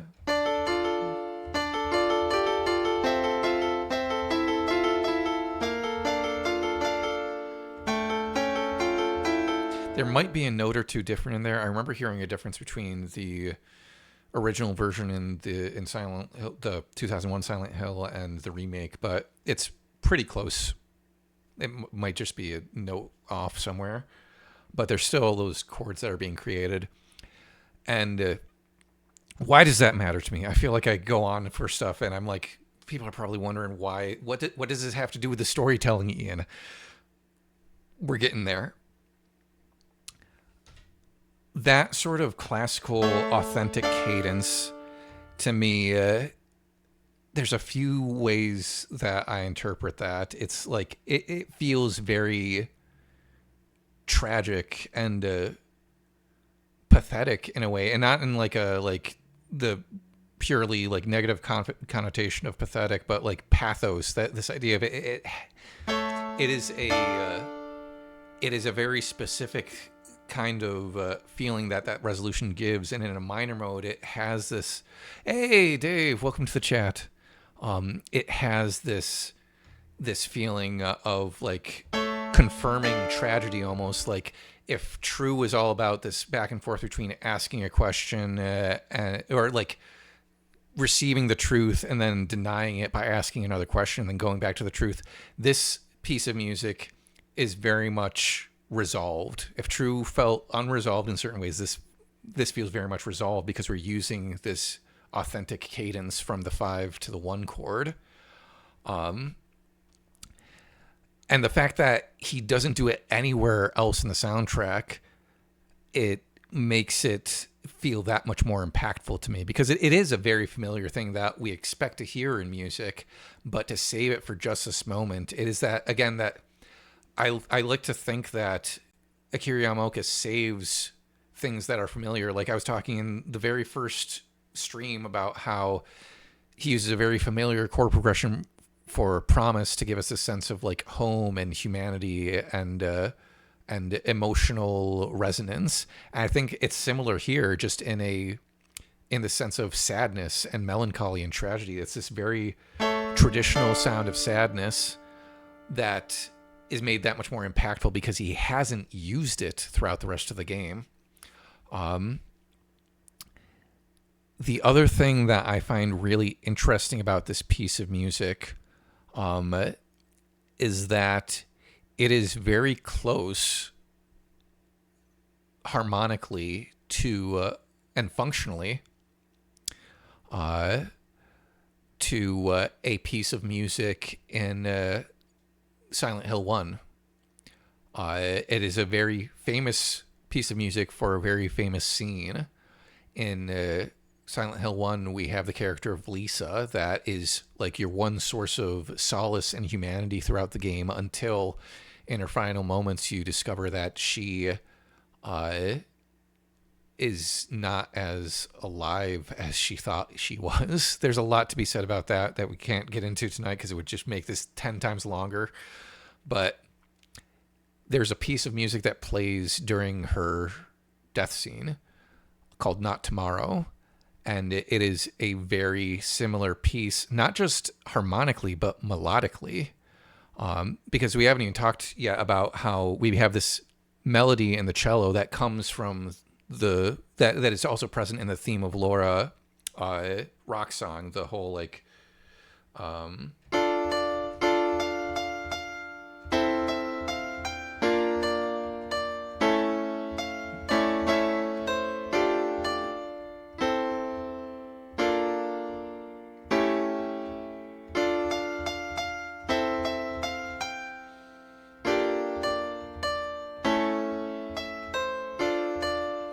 and that is the melody that you hear as like the Theme of Laura melody in other pieces in this game and in other pieces in the series, like particularly Silent Hill 4, where it gets filtered in to the song Waiting for You. And the version of Love Psalm in Book of Memories. Here is what Not Tomorrow from Silent Hill 1 sounds like. I believe it's in G minor.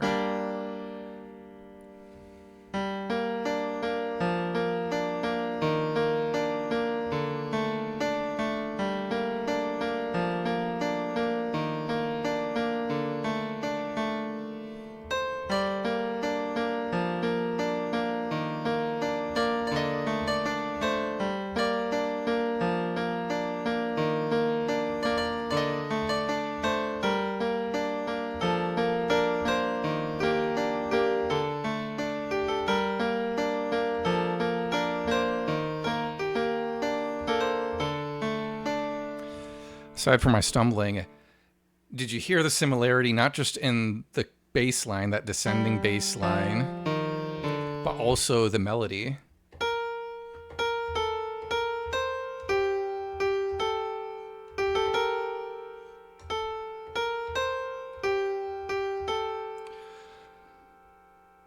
If we want to put that in A minor and put it back to back with the theme of Laura theme.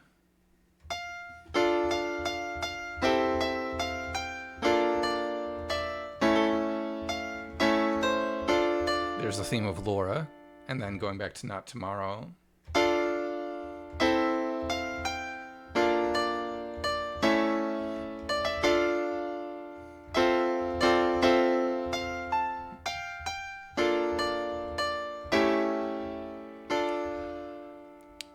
I think that is kind of,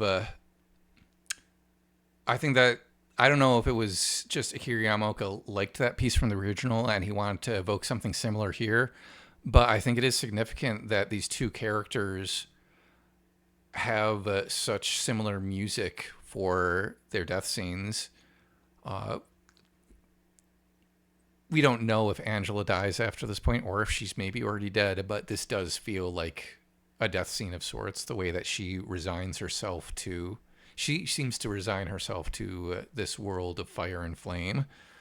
And I also think it's similarly a situation where, like, in both situations, you're like, why does this person have to die? Why can't they have a happy ending? They've gone through so much suffering and they don't deserve this.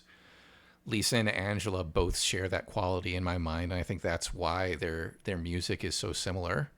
And in both cases, it's even more impactful in the original Silent Hill, to be completely honest, because so much of that game is weird and out there, and then you get this beautiful piece of music in a very tragic, horrific moment, and it's so impactful there amidst all the wild cosmic horror stuff going on, or like the cult stuff. And here, it doesn't have quite the same impact because we've had a lot more of that humanity spread throughout the soundtrack and throughout the story, but it still serves a similar function where it's like, this is a character that 99% of people playing this game or watching this game will look at and like, she does not deserve this, but that is how the story goes for her. Few other things that I want to say about this piece of music. The fact that we keep looping through the same progression over and over and over again. I was actually thinking about it the other day, trying to think about what I wanted to say about this piece. And again, if this is a game of time loop and people repeating this sequence of events over and over again, is Angela destined to relive the loop? Is that what the music is saying with this constant tragic chord progression? This descending chord progression, and there's so many places in music where composers will use a descending bass line like that to convey descending into darkness, descending into hell, descending into a place of sadness. Significantly, I find it so interesting that that is contrasted with the fact that Angela walks up the staircase. I think part of it is very like aesthetic decision that they made, where it's like, okay, yeah, she's living in her personal hell. If she descends down a staircase, that is very expected. I find it's so much more interesting if she's walking up that staircase, because where is she going? Is she going to some sort of version of heaven? Is she getting out of hell, or is she just getting to a place where, like in a regular building, if it was on fire, you're not supposed to go up the stairs, you're supposed to go down and out the doors, but she's going up those stairs to go down with the building. Oh man, this again, like the closer of a reading you make with this stuff, the more tragic, the more heartbreaking it becomes. Like, it's beautiful, it's heartbreaking, and Angela is such a well done character. I, again, will never get over Gianna Keel's performance in the remake. I think she brought so much humanity and groundedness and, again, pathos and resonance.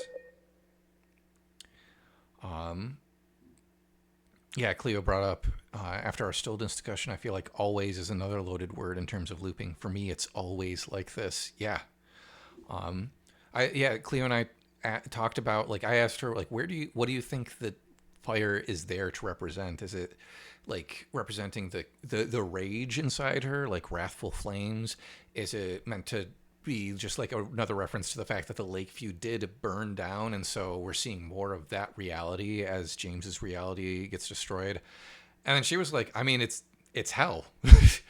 And Angela in the remake in particular feels like such a Christian or particularly Catholicism coded character, like with the artwork in her apartment and the amount of guilt she feels over something that I think most people playing and watching this game would say, like, hey, your dad was the worst human being ever.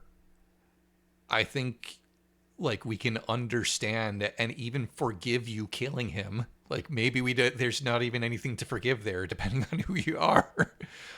James himself says no. Like, when Angela says, I deserve what happened to me.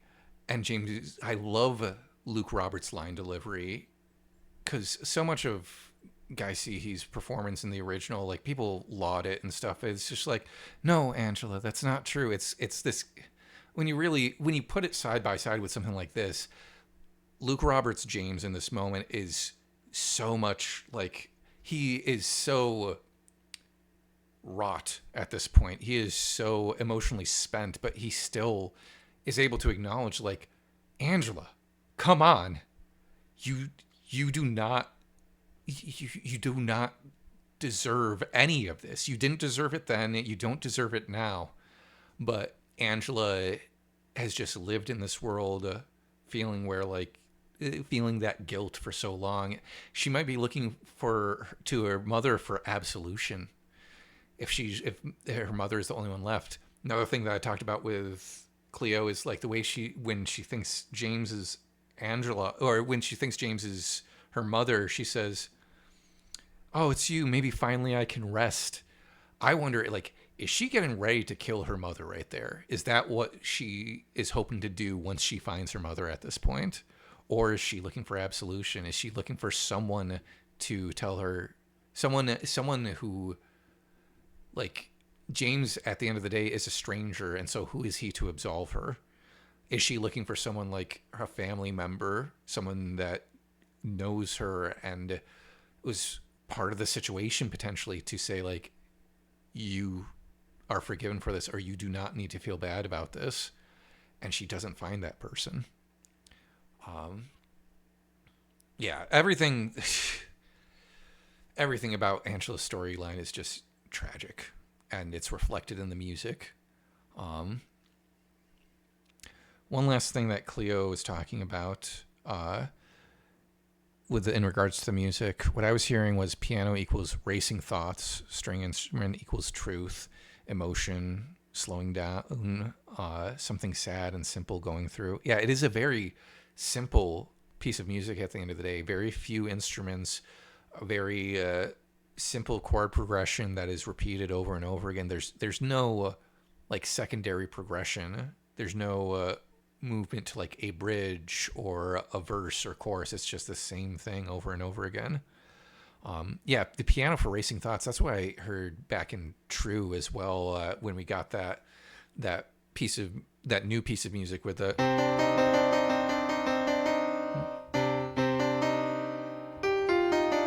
it has that consistent steady piano like that, and the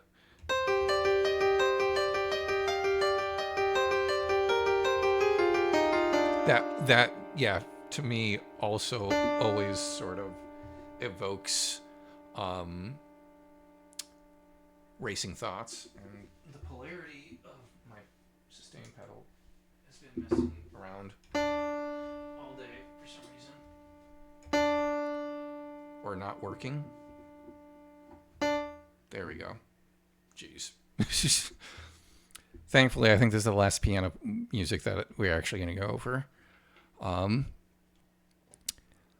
But yeah, there's so much more we could say about this, but I do need to move on and get on with the game. Anything else? Yeah, just one final note about the similarities between this piece and Not Tomorrow. Like, the note that I have here, it's like, it's this music for tragic deaths. It's for music for people who needn't have died, perhaps. There's our similarity, Cleo. That sort of racing thoughts on the piano as reflected in the piano. Okay, let's keep going.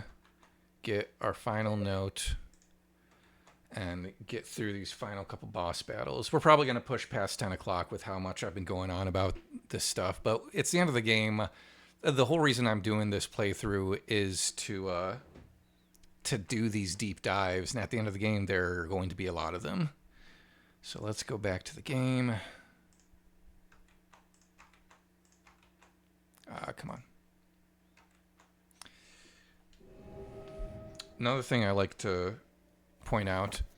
So we came in through this door into the stairwell, saw Angela, saw her walk up the staircase, which is different than the one we're seeing here, quite different. And then we walked back out through that same door, but we're on the other side of the door. There's some non-Euclidean geometry for you.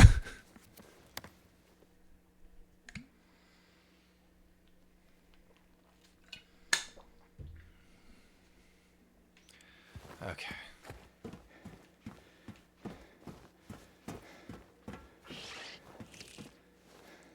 And there's that little noise that's supposed to kind of like goose the tension of like, oh, here it is. I've been waiting for like creatures to come out at us. When we come in here, look around. What's this?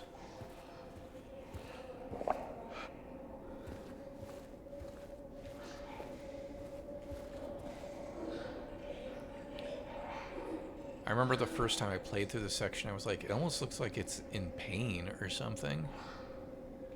Like, what's going on? And there's an aspect of it where it's like, okay, the illusion is falling apart, and so in a way, the creatures themselves are falling apart. But I think there's more to it than that. That is reflected more in the other creatures that we'll see coming up.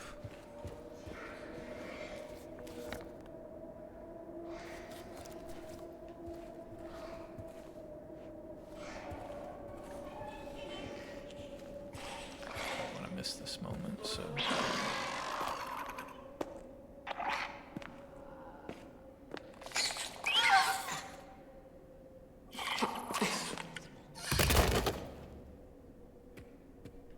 yeah, that to me is like the power that was fueling these things is fading because James no longer needs his delusions. He's been shown the truth. We'll get to that in just a moment. First, 312 to be cleared out. No one's returning. Okay, let me see. Is that the last note? Did I not get the achievement? Or is the Toluca postcard technically the last note? Maybe. Okay. We'll see. If I missed a memo or something, or if you can't get this achievement on New Game Plus, I'll be very disappointed. But I got all the other ones. It's not the big deal. It's not a big deal.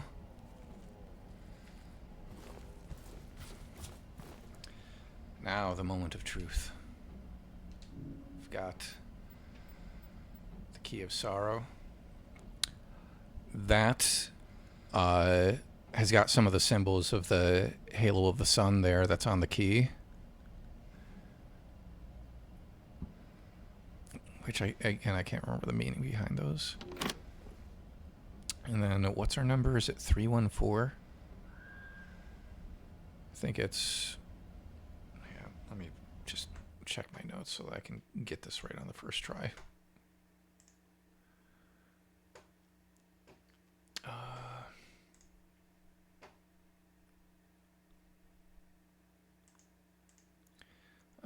3 to the right.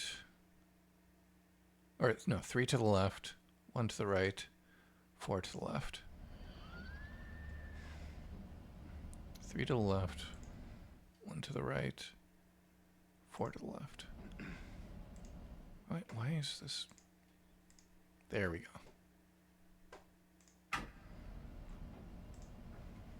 Come on. There we go. So, does that mean 3?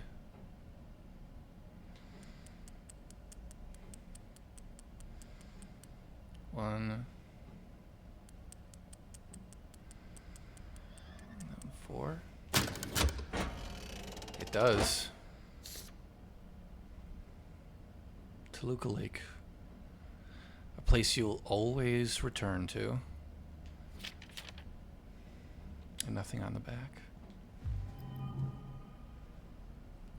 Well, I didn't get the Archivist achievement, apparently, so that's sad, but it's okay.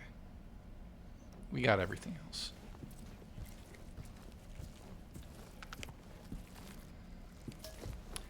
And this is where I realized, oh, it's not even just that they're falling apart. That thing is scared of James. And to me, I hit this moment, I was like, oh, it's because James knows now that he is a killer, and so do the creatures. And what's he gonna do now? I mean, that is one interpretation. That is what I interpreted in this moment, is like, oh, James, there's no mask anymore. They know James is a killer, and it's backing away because it's scared of him now.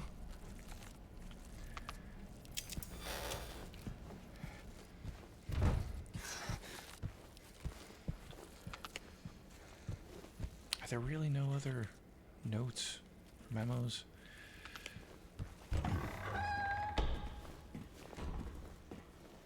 That's sad.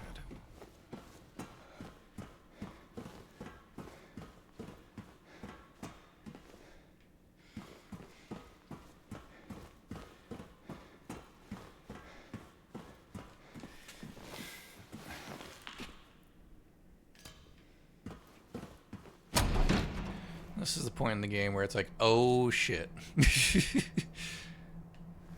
We got a boss battle coming up. Maybe they do award it at the end. That's what I'm hoping, Cleo. When I got the last glimpse of the past, they awarded it right in the moment. Like, oh, see all the glimpses of the past in one playthrough, but maybe it's different for the Archivist thing. So yeah, here we have 9 squares. Masaru Ito has talked many times before about how this is meant to represent the 9 delusions, all the creatures that James faces, aside from Alessa's bugs, because they're Alessa's. So we've got the lying figure, the mannequin, and the nurse. And then we've got the flesh lips, the abstract daddy, and the Mandarin. And then, what am I missing? I know we've got Pyramid Head, and then perhaps Mary and Maria. Both versions of her. Am I forgetting any, Cleo? Don't think so. Yeah, let's save it. This is the one where James is just staring off.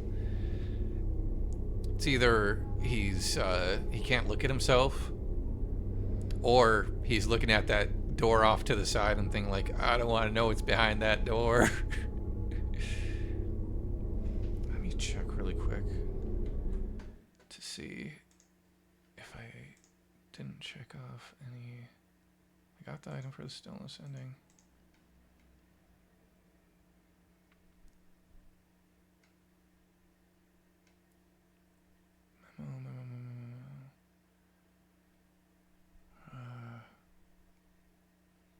No, I'm pretty sure I checked off all the memos. Hopefully it awards it at the end of the playthrough.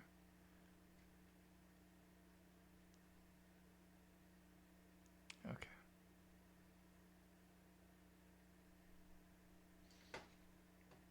Yeah.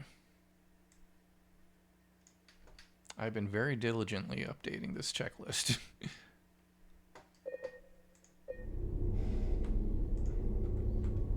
Oh my gosh. There we go. Yep, let's do it.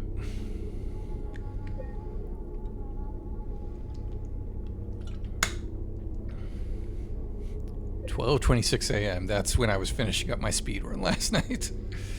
That's how I'll be able to tell the difference between these two. Also, the fact that this playthrough is almost 30 hours, and that playthrough was just shy of 8.5.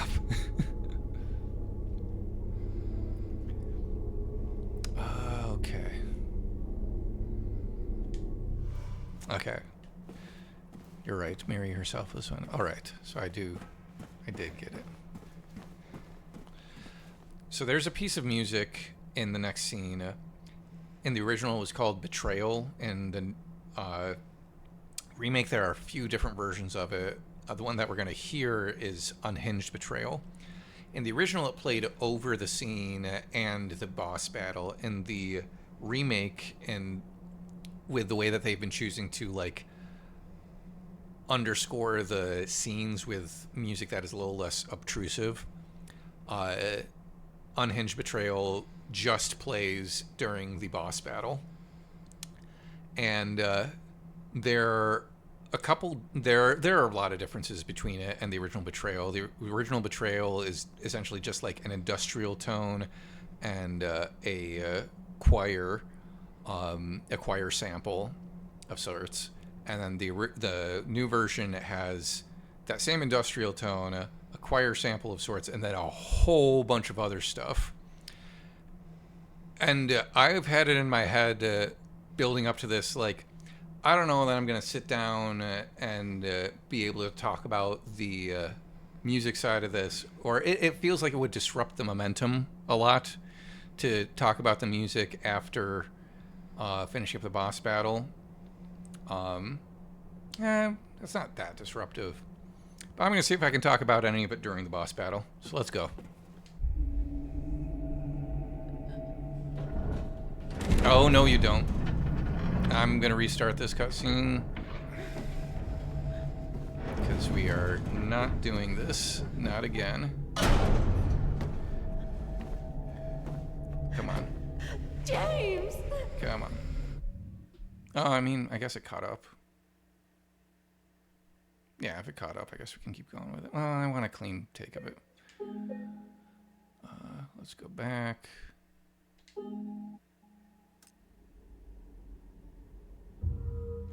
I would love for this game to just not glitch out when I want it to not to.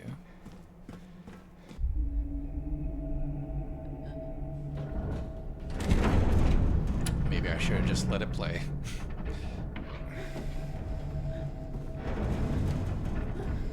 Okay.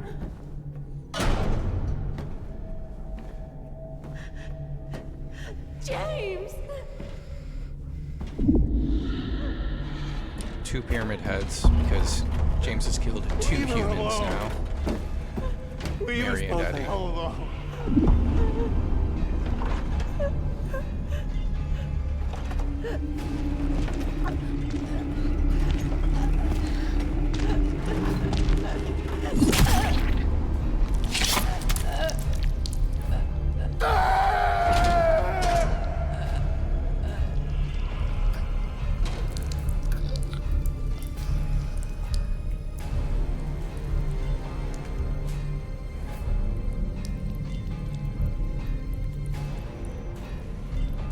How many times do you have to watch her die?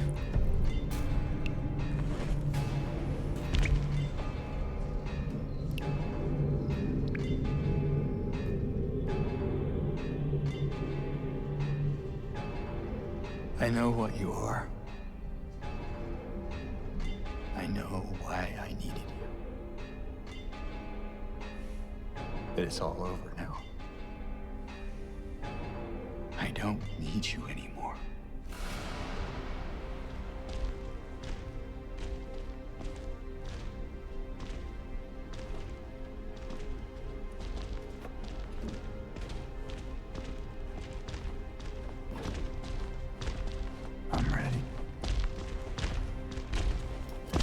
Okay.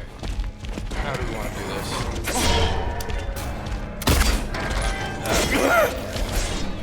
Where's my shotgun?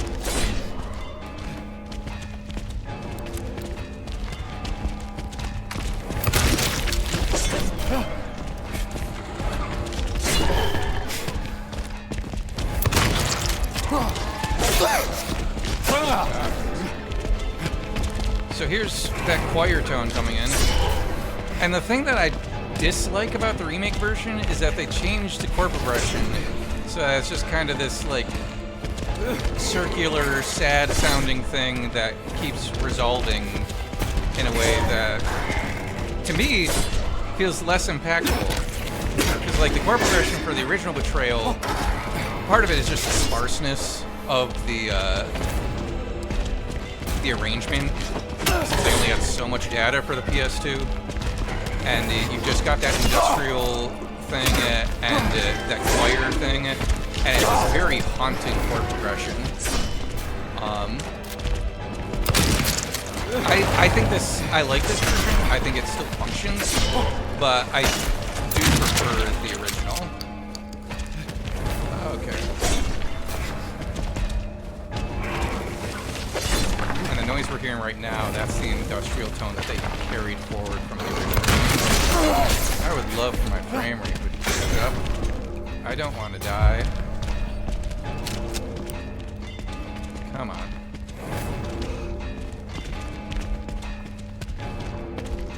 Come on. Catch up, game.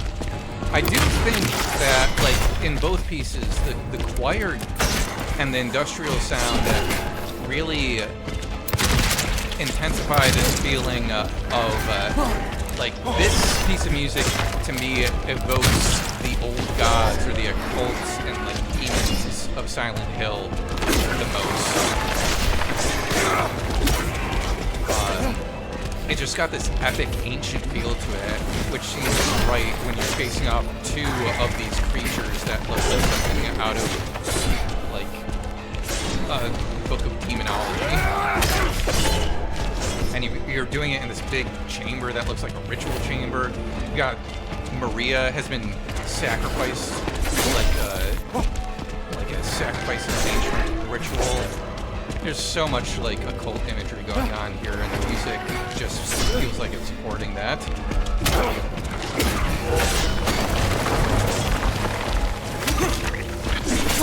Oh god. Just the scale of everything, like the size of the chamber. Oh, no! Come on! Ah, I couldn't heal fast enough. Alright, we're breaking out the chainsaw. Hold on, please hold.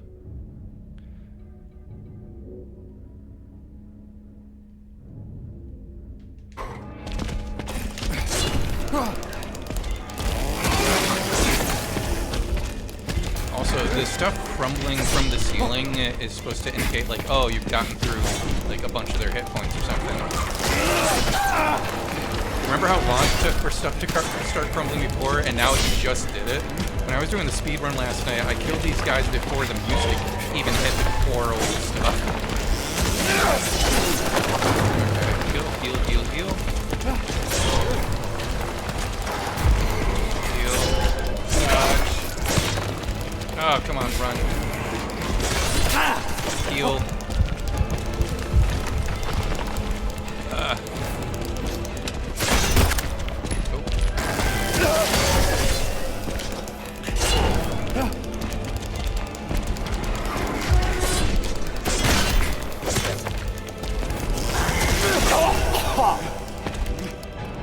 There we go.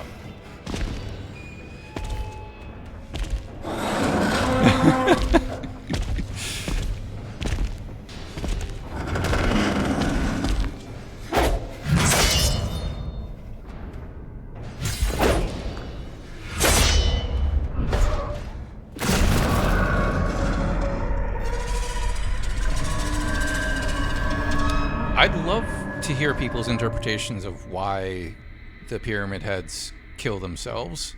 It's like James can never kill them himself. It's like either he walks away, or in this case, they're like, all right, you proved yourself. We'll kill ourselves now. But yeah, just to briefly actually show what I was talking about. The chord progression in this version, as you could hear, was like a... It's like...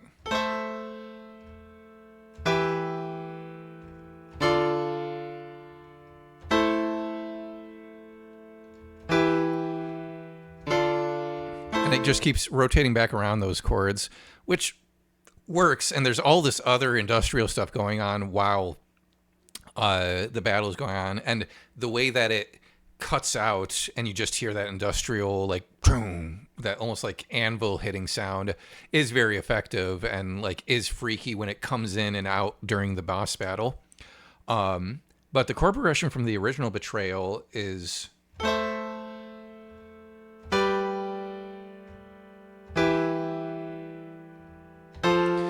which to me feels so much more epic and haunting.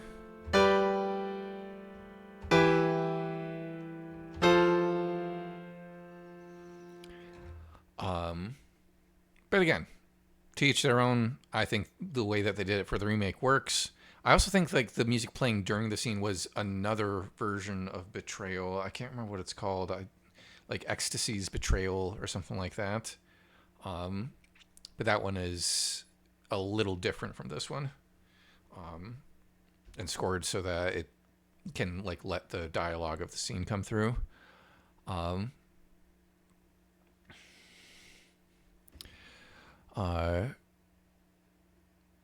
Okay, let me go back to the regular display. Get back to the game. Like you're saying about the boss battle, I figure they just get fed up with me. I don't know. You've accepted your/his punishment and faced them head on. I don't entirely see the emotional through line, to be honest.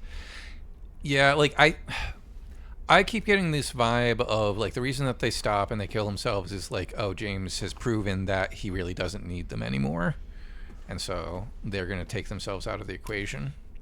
The Scarlet Egg for if you want to get the Maria ending, or the Rust-Colored Egg for the Leave or In Water ending, where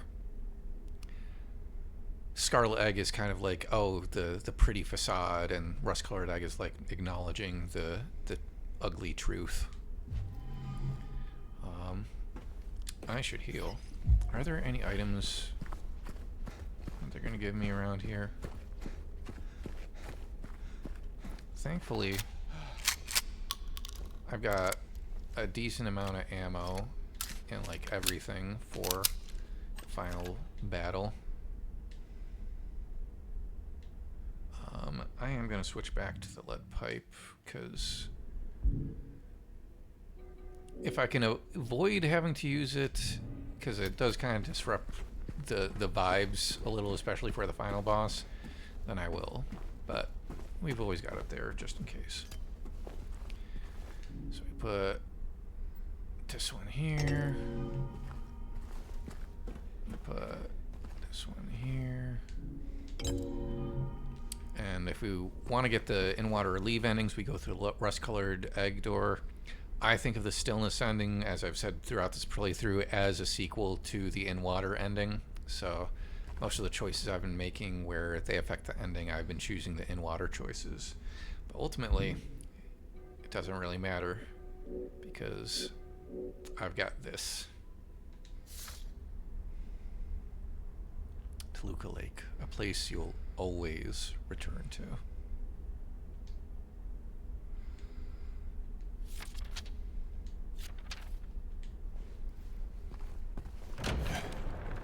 And now, if the previous several scenes weren't heartbreaking enough for you, actually, yeah, you can still see Maria from down here.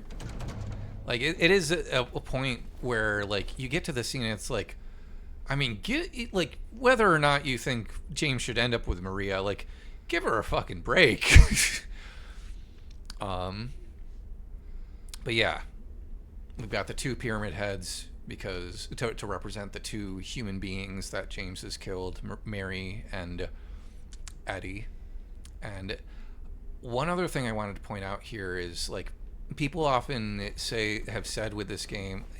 So one thing that Cleo just brought up, it almost looks like she's smiling. I can't really tell from this angle. I don't know how true that is. It might be that she is because it's like, okay, James is finally moving beyond her delusion potentially.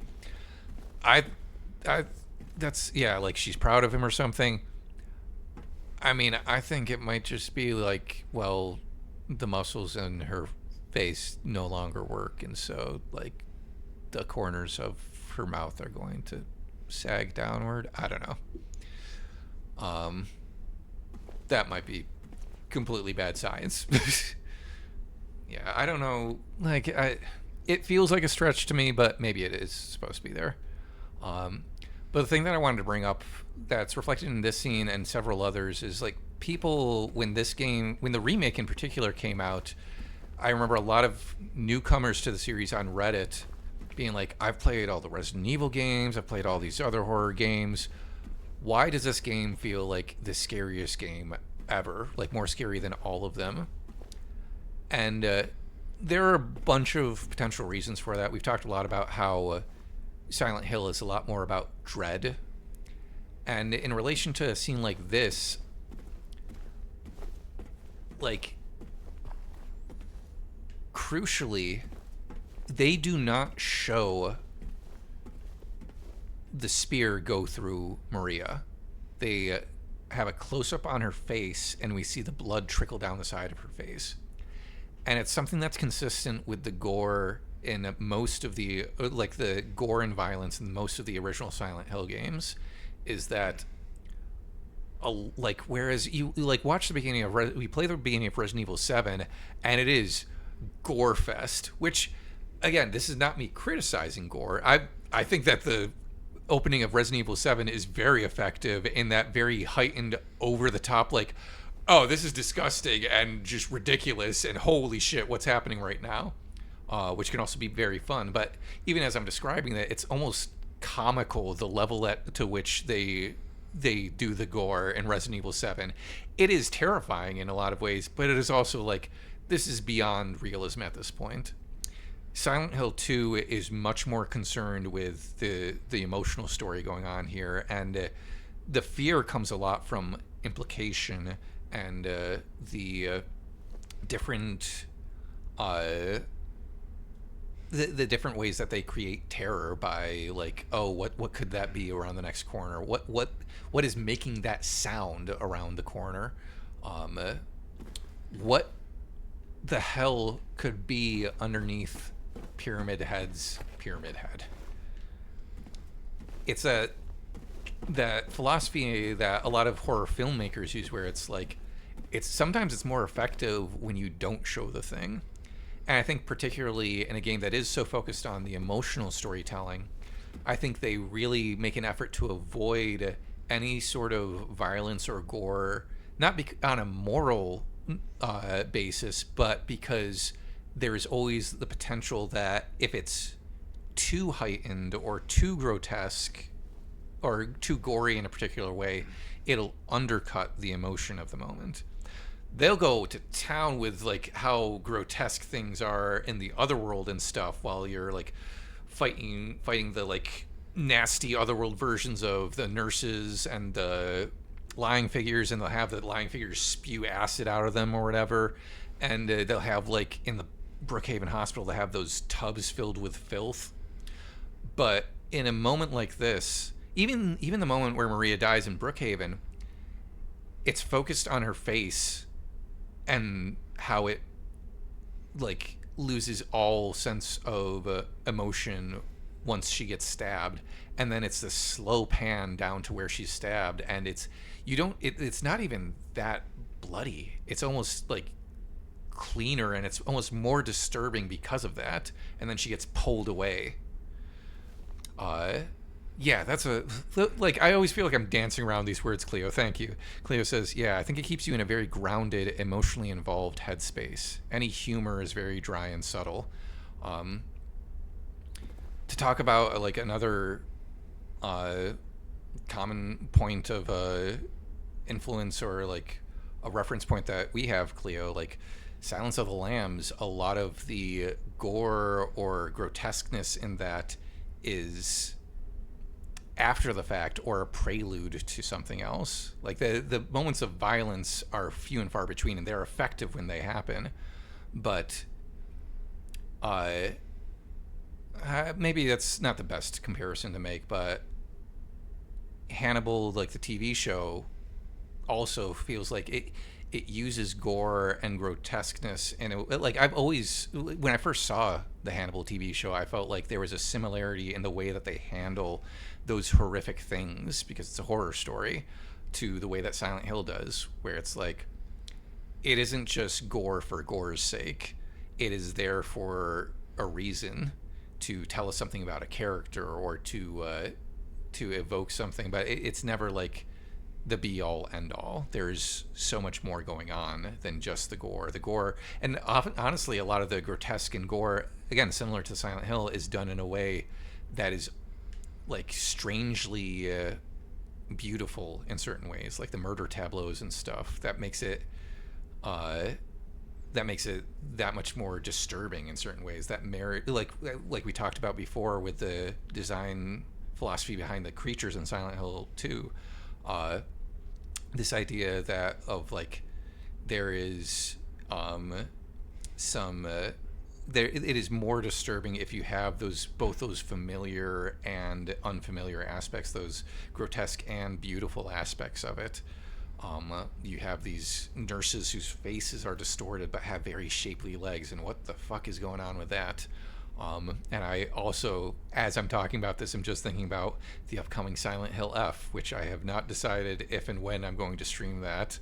I'm probably not going to stream my first playthrough, because I like being able to do these deep dives, and I can't really do that on a first playthrough, but I'm tangenting.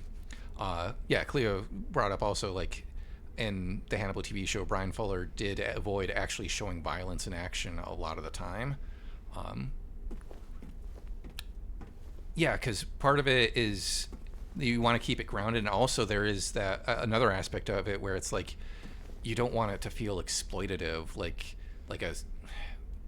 people talk about the way that the videotape almost looks like a snuff film, but I think that is very, very purposeful, and it is that much more affecting and effective because you don't see violence like that anywhere else in the game. And even there, it is blurred and distorted. It's something that I really appreciate about Silent Hill 1 through 3 in particular, is like the way that they handle violence and human death in particular. There is a sense of gravity to it, because if they're just like, if guts are spewing everywhere all the time, then it does kind of undercut the emotion and the humanity of things. Okay. I feel like I had a thought, but my brain is getting scrambled. It's getting late. We've still got a whole boss battle to get through, and more heartbreaking moments. But yeah, that's the thing. Another thing about like gore and violence and stuff in the first 3 games is, again, significantly, human death is treated with gravity, and when it happens, it's like, oh, because of that, human death always has stakes. It means something. Then you get into some of the later games, and it's like, okay, this doesn't matter as much, and to the point where, like, in Silent Hill Homecoming, you are actively fighting and killing human beings. They're members of the Order, but it does feel weird, because up until that point, Silent Hill wasn't the sort of series where like all your enemies have been monsters, and when there are moments that imply that maybe they weren't just monsters, it is very disturbing and scary. So yeah, when you have so much of that violence in a story like this, it does seem to undercut things, especially a story where it's like, is it okay to kill? You want to maintain that gravity, because like if you're just killing people left and right, like then that question, what are you saying about that question? Cleo said, you know how dainty I was about violence against women when I was first playing? And then 300 monsters later, I was like, get over here and die already. Yeah, it's an interesting game. Okay, I'm going to stop rambling and we're going to hit this next moment. Which, if you're going for the Maria ending, you rush through this hallway, and if you run through the hallway, you get to the door and out of it as Mary is saying, "Are you deaf? Get out of here already," or whatever. And in the original, if you walk the hallway and you get to the end of it, that is also where the conversation hits. If you get to the doorway, and if you leave at that point, you don't hear the rest of the conversation you hear in this hallway. And again, it's one of the vectors for which ending you get, and it's so impactful.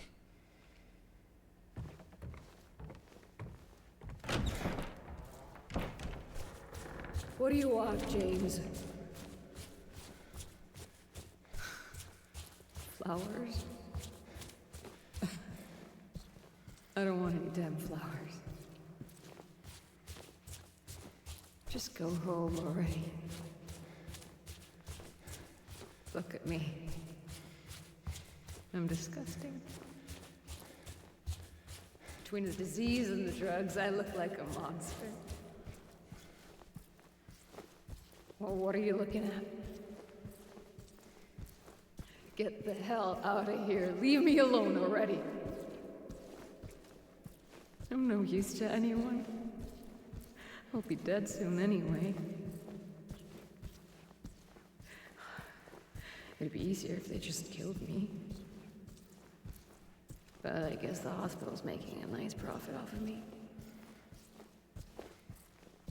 Why are you still here? I told you to go.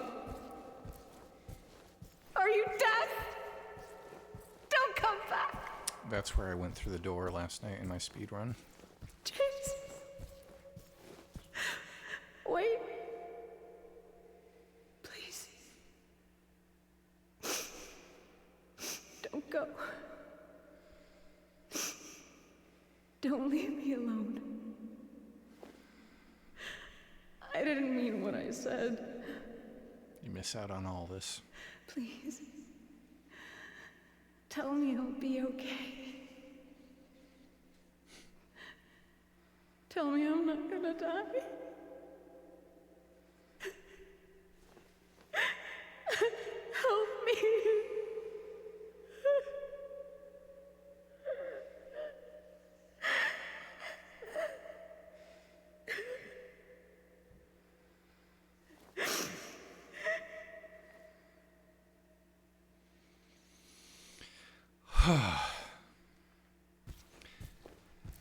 That whole speech,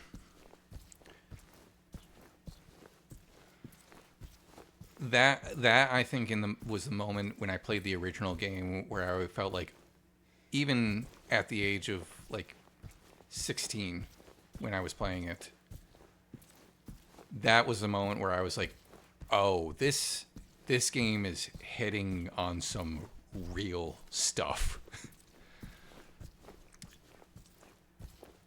And beyond just the mindfuck of like, oh, James turned out to kill his wife and the whole time he didn't know it was him. It's like, that whole speech is just, oh my gosh.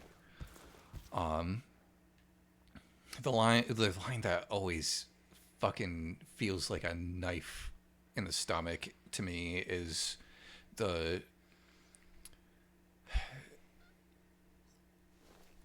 I'd be better off if they just killed me, but the hospital's making a pretty penny off of me. That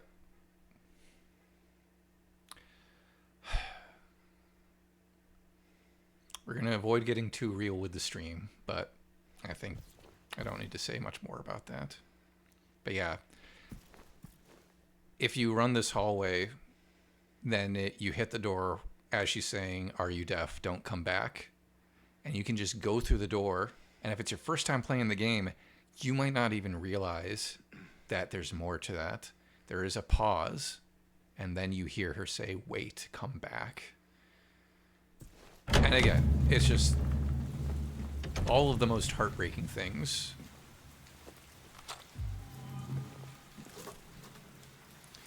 and you hear what, like, Cleo's been talking a lot about in her commentary, and I think I've talked about a few times too, is that, like, you get it to see that you don't see a ton of, quote unquote, see a ton of Mary in this game, really. That's one of the only scenes you really get of Mary, that and the videotape. And in that scene, you hear the way, the emotional duress that she is putting James through. And, like, she's going through a lot, so it's understandable, but you can also understand how James could have developed resentment if that wasn't the only time that happened. If there were so many times where she said, don't come back, and then wanted him to come back, or vice versa. And it's to me, again, that's part of why, yeah, that flashback, Cleo said, that flashback makes her so real to me. That flashback has all of the complication of real life to it. That's why it feels like the most real moment in the game to me, is in a situation like that, when you've been diagnosed with a terminal illness, and at that point she's probably been told, or at least feels like she's not going to get out of this. Like, that takes a toll on a person mentally, and it is not surprising if they would start to lash out at people, even the ones that they love. Yeah, Cleo said, that flashback makes her so real to me. Not to say I'm glad she was yelling at him, but she's not on a pedestal for us anymore. Yeah, it's the sort of thing where, like, Maria is kind of this imaginary version of Mary, and Maria does so much to try to please James in the course of this game, but at the end of the day, she's not real. She's a lot more real in the remake than in the original, I think. There's like, again, she has so much interiority in the remake, and you get this sense, especially in the upcoming scene, that, like, she knows that if James doesn't go for her, like, what is going to happen to her. Like, if she's spawned from his consciousness, then what happens if he doesn't accept her? If Adam doesn't accept Eve.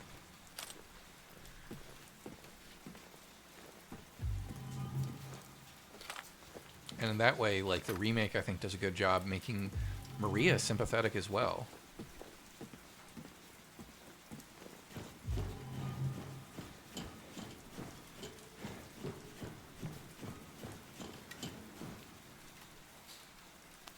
Long staircase to the top. I think, Cleo, you called this, like, the staircase to Silent Heaven. Silent Heaven. Since the original scenario was called Letters from Silent Heaven. Oh, yeah. If Adam doesn't accept Lilith, even. Yeah.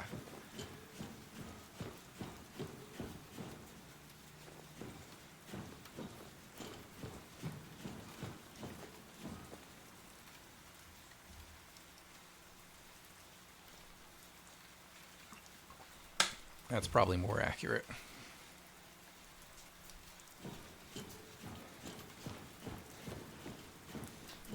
Okay. How am I doing health-wise? It still blows my mind that this screen in the background is just the videotape really blurred out.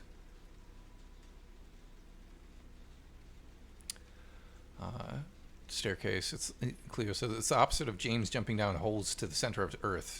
Certainly. Yeah. I'm not gonna waste I'm in, my controller's saying I'm in the green. So did I switch back to the lead pipe already? Okay. And yeah, I think I'm gonna start with the shotgun and then switch to the handgun. Or actually no, I could probably start with the rifle for at least the very beginning. Okay. Here we go.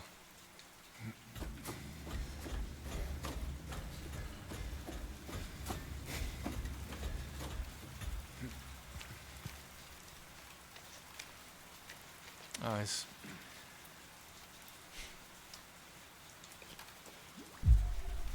Gotta get rid of that blood if he's gonna see his Mary.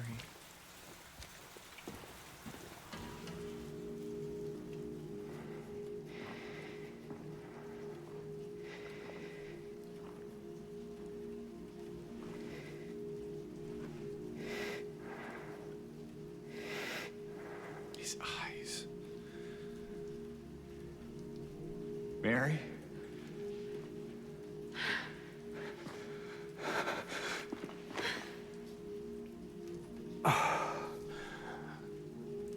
I have missed you so much. I've missed you too. We can finally be together. Forever.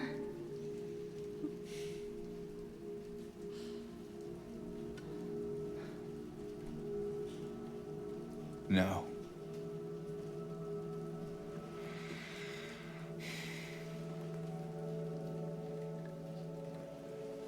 James.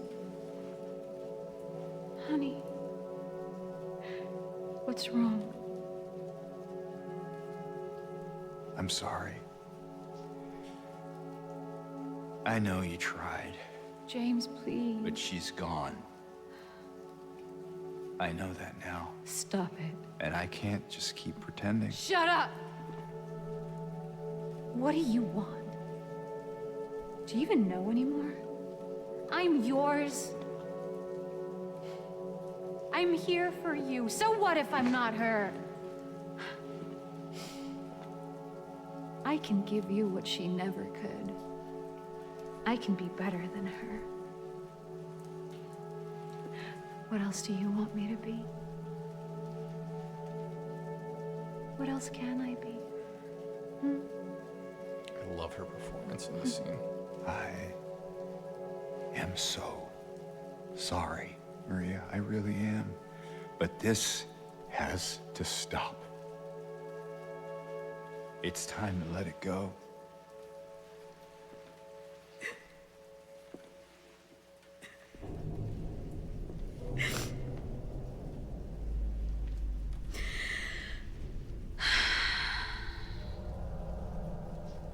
No.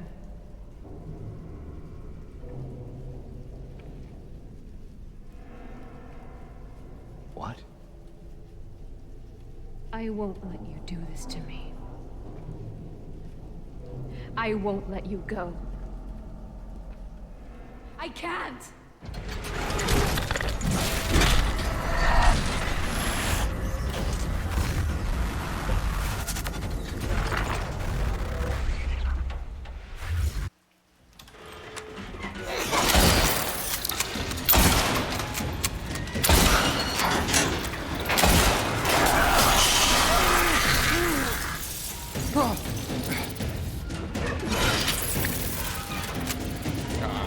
The reload.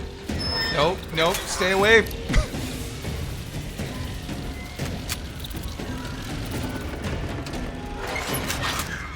Ah, crap.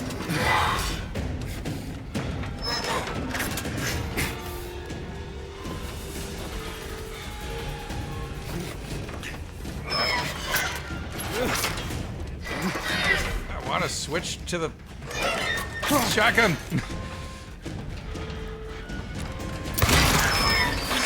Oh, come on. I'm dodging.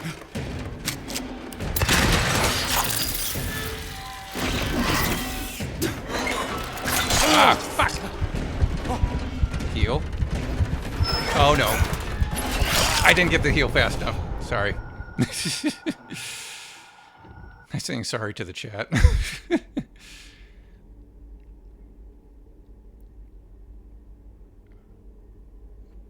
He starts to get it to his mouth, and then I like try to shoot him before he actually hit himself.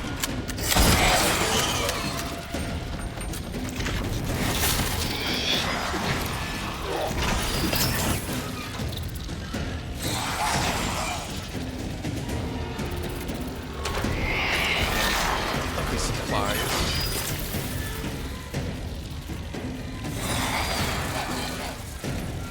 Probably need them later. Go, James, go.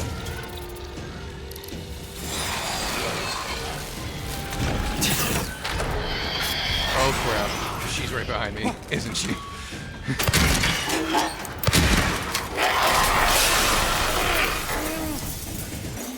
That's a very effective moment for shattering all the glass in the windows. Do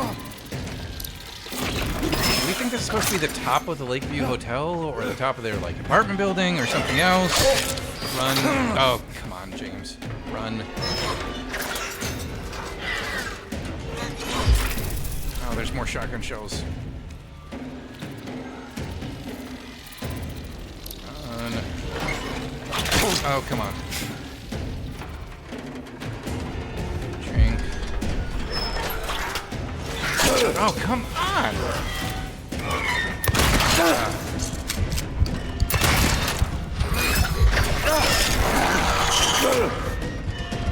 Oh, run. No.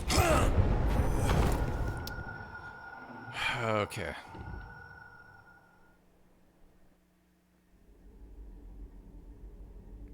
More time without the chainsaw, and then if I can't do it then... Huh.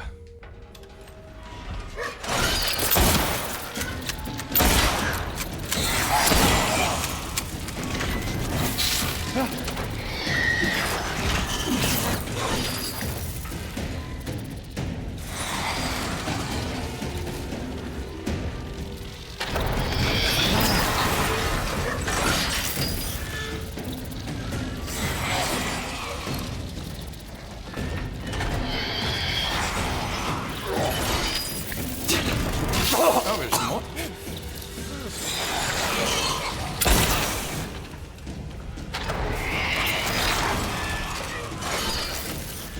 Come on. Switch.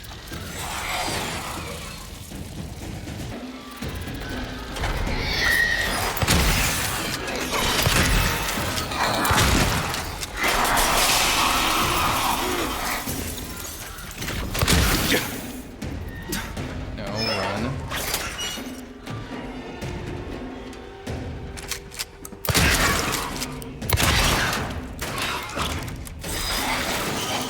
Dematerialize. Give me a chance to grab something.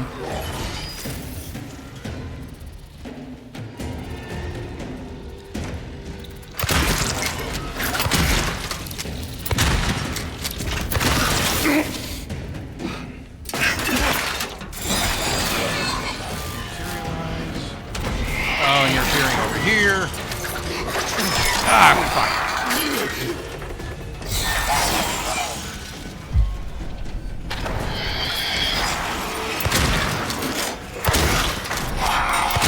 Okay, first phase done.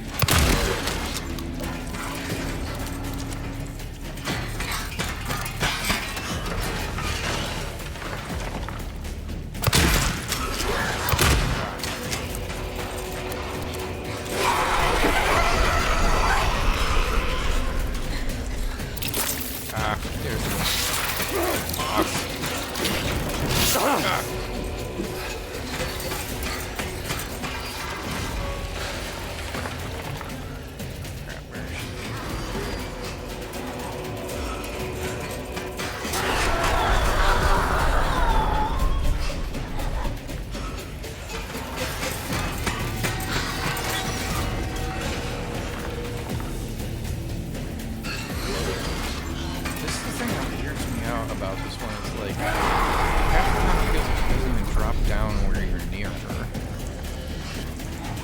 It doesn't drop me down near you.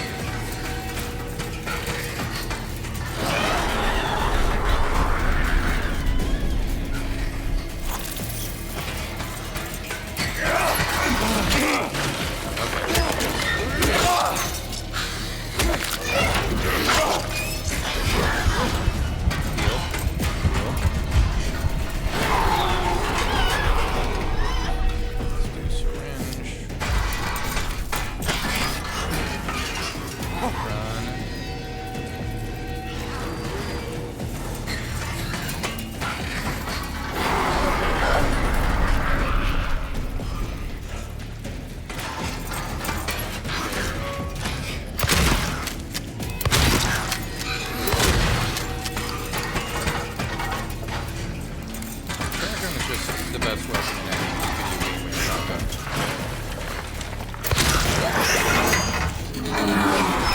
It's the best weapon for people who can't aim.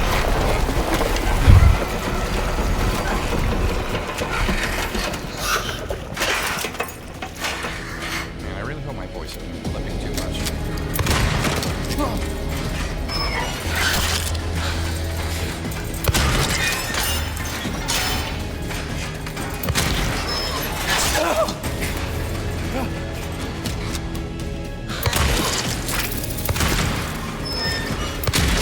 Oh crap. Oh fuck. Oh come on. Oh. Jeez. Got it. Come on. Keep running, James. Why are you stopping?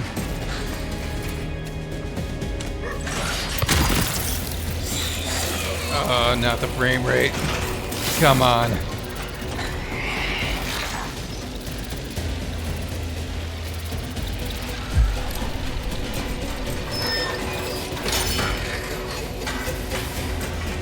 Gotcha.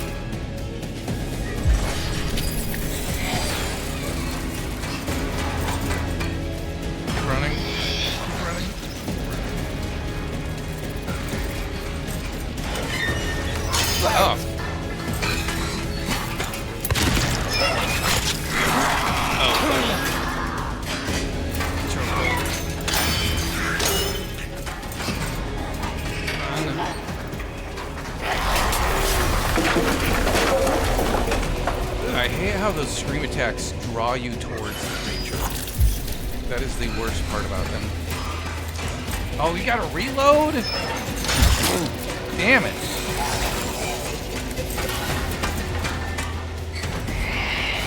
That is...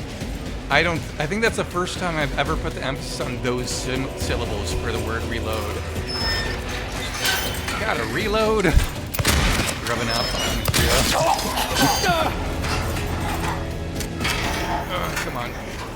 Heal. Get out of there, James. And heal.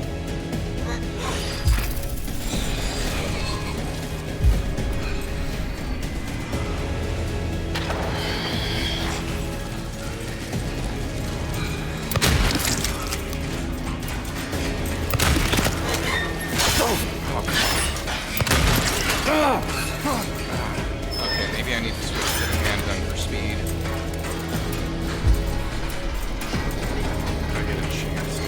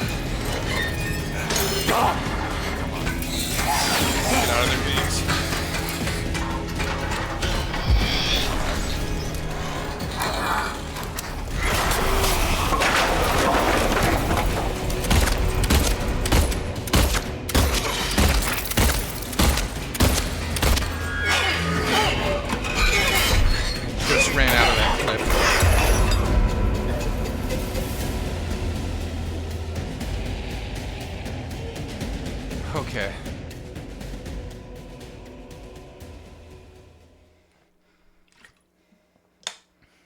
James. And now we get to see the Stillness ending. James. There are things I'll be watching for, listening for, but at the end of the day, remember James. that this ending seems to be about lingering. That haunting sense that you can't move on. James.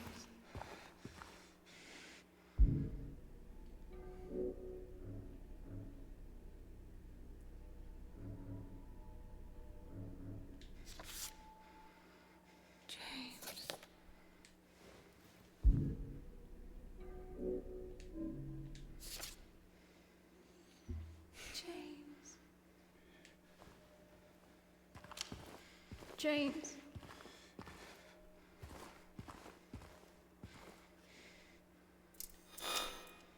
James.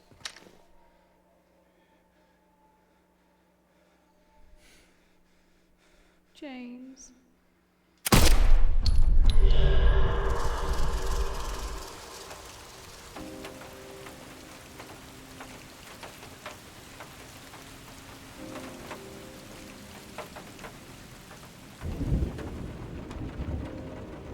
I tried.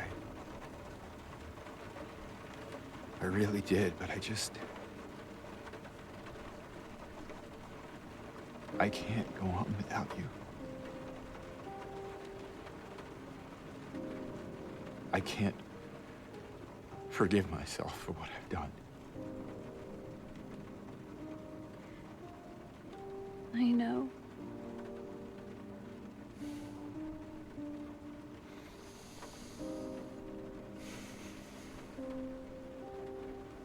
What's wrong, honey?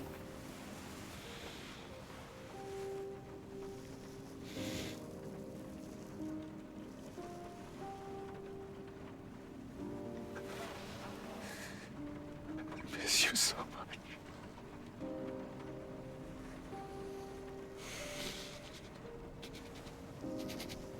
I'm sorry. I am so sorry.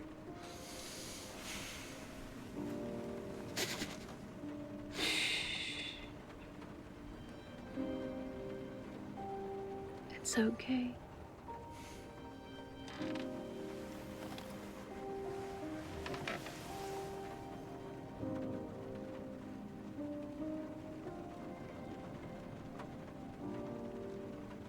Will you wait for me? James. I've always been waiting for you.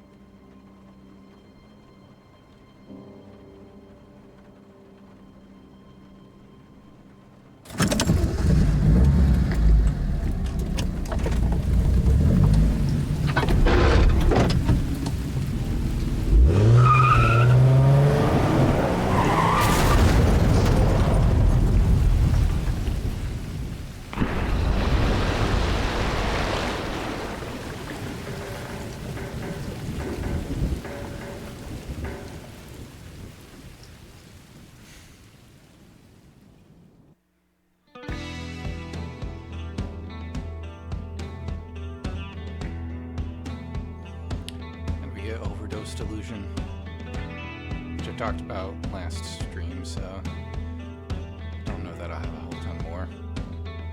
That gives us time to talk about the Stillness ending. need to look up what piano piece is playing during that ending because it's very effective. Can I pause here? I was gonna see if I could show you the chord progression. Because it's another just familiar but heartbreaking progression. Oh man. So the things that really got me in that ending, having only really watched it once before, but that was ages ago. This music feels like such the wrong sort of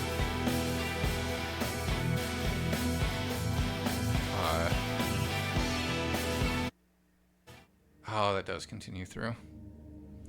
Yeah, that doesn't seem like the right music for that conversation anyway.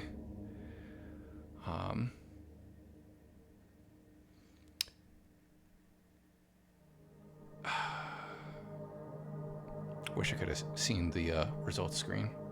Although, I could go back to the rooftop autosave and kill her again and watch it again. We won't do that. It's already almost 10:30. Yeah, the moments that get me the most in that scene, first of all, when Mary first speaks, because that is the thing that indicates that this is the Stillness ending rather than In Water, because In Water he's just there alone in his car and he says, I tried to get on, but I can't go on without you. And he says, but you're not here. And in this ending, she's here. And she speaks. And the other moment that just gets me so much is because if you consider this ending in the context of all the other endings and the things that he says to Mary, in the In Water ending where he says, like, I can't move on. I know this isn't what you want, but this is the way it's got to be, essentially. In the Maria ending where he just completely fucks off with Maria. In the Bliss ending where he avoids the truth and goes on to live in some kind of Twilight Zone version, perhaps. And in Rebirth where he's like, no, the old gods of this town will help me get Mary back. Even in the Leave ending, which is in a lot of ways the most optimistic of the original endings of the game, he says, like, she says, I was suffering, and he says, but that's not why I did it. I did it because I wanted you out of the way. And the line that always gets me in that ending is, if that were true, then why do you look so sad? Because that, to me, is such a compassionate acknowledgement of how complicated James's feelings must have really been. I always get a little frustrated when people talk about James as if, like, no, he's just an asshole. Which I don't think you have to be fully condoning what James did to say he's not an asshole. I think what he did was horrible. And I don't even think that Mary is fully forgiving him in that moment by saying, why do you look so sad? She's just acknowledging that, like, hey, yes, that may be true, but it's not the whole truth. If it was, then you wouldn't feel all this guilt. You wouldn't have gone through all this just to find me again. You wouldn't be here in this moment looking for absolution, perhaps. So considering all those other endings, where even in the Leave ending, he just says, like, I did this because I wanted you out of the way, and it's Mary who has to kind of say, like, yeah, but is that the whole thing? the moment that gets me in the Stillness ending when he just says, "I'm sorry. I'm so sorry." He gets that chance to just apologize, and it doesn't make things better, but it is such a human thing, and I love that he gets that chance in the Stillness ending to just not overcomplicate things. We're like, well, I did it for this reason or that reason. It's just like, whatever reasons I did it for, I'm sorry.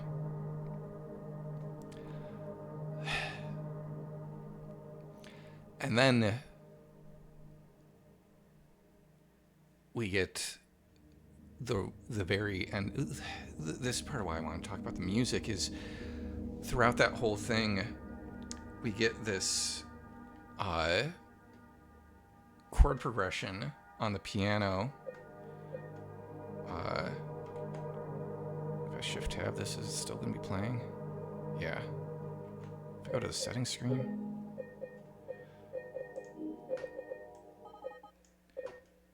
I need to turn the in-game music down for a moment because I want to talk about the music in the Stillness ending.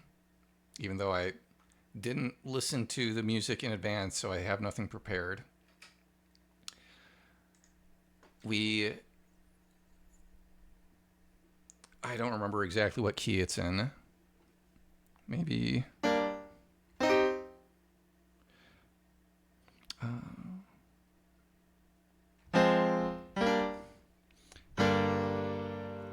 let's go with G minor. That feels right.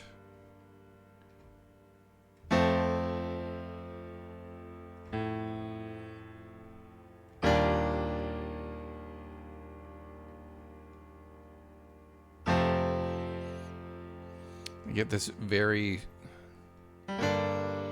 sad, melancholy, tragic, whatever you want to call it, chord progression. If it is in G minor, it's an interesting counterpoint to Blank Fairy because the D minor that kind of kept us from resolving to G minor is replaced with that resolution to G minor. Or even if it's in a different key, if Blank Fairy was revolving around these chords of no resolution, this goes back and forth between that tonic G minor, the 1 chord, F, our 7 chord, that E flat major 7 that gives us that feeling of longing, and then resolving back. And that underscores almost the entire conversation, this very human moment where James gets to apologize, and Mary says it's okay. And then, as James starts to turn, but isn't willing to turn around completely because I don't think he wants to know if Mary's there. If he wants to know that she's not there. We get this shift in the music where it's kind of just hanging on the tonic. And I think there are some noises either on the piano or in other sounds on the soundtrack that give it this ominous feeling as he looks at the letter. And then he looks in the mirror, and I can't remember the exact line. If he says something like, "Will you wait for me?" or something like that. And she says, "I'll always be waiting for you." And all of that is so loaded, and there's so many things I want to talk about with it.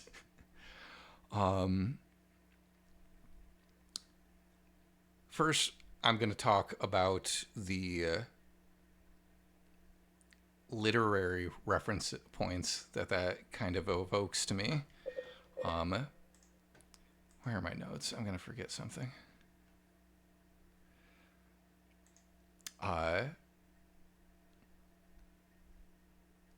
Yeah.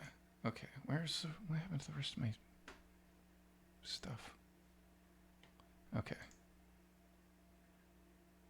There's that. Okay. I don't know if anyone noticed, but I'm wearing the same shirt that I wore in my first playthrough of the stream all the way back in February. The Hades Town Wait For Me shirt.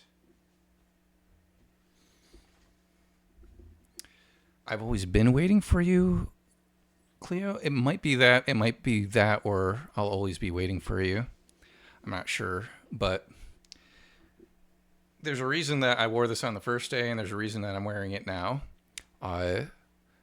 People have talked about how the story of Silent Hill 2 is in some ways an Orpheus and Eurydice story. Like Christoph Gans, the maker of the movie that's going to be coming out, specifically has referenced it a few times. Him and the producer, I think. And I think that's a particularly apt description for the remake, where the story of Orpheus and Eurydice is Orpheus and Eurydice fall in love. Eurydice dies tragically. In some versions of the myth, it's from a snake bite. And then Orpheus, unable to go on without her, dives into the underworld and goes to Hades to get her back. And he plays a song so beautiful that it moves Hades to let her go with a condition. As you leave the underworld, you cannot look behind you, not until you've reached the surface. In some versions, it's until both of you reach the surface. Maybe it's such as until Orpheus reaches the surface. And in some stories, it's implied that like maybe there was a purposeful ambiguity there to set Orpheus up for failure. But Orpheus agrees, and he's walking up to the surface out of the underworld. But before he gets there, in some tellings of the story, it's like just before he gets there, he doubts that Eurydice is behind him. And so he turns and he sees her. And because he did it before they reach the surface, she gets pulled back into the underworld. And that, I almost wonder, is part of what influenced that decision there to have James start to look into the back seat and then stop, as if like Orpheus, he's remembering, oh wait, I'm not supposed to look. Like in so many horror stories, you're not supposed to look.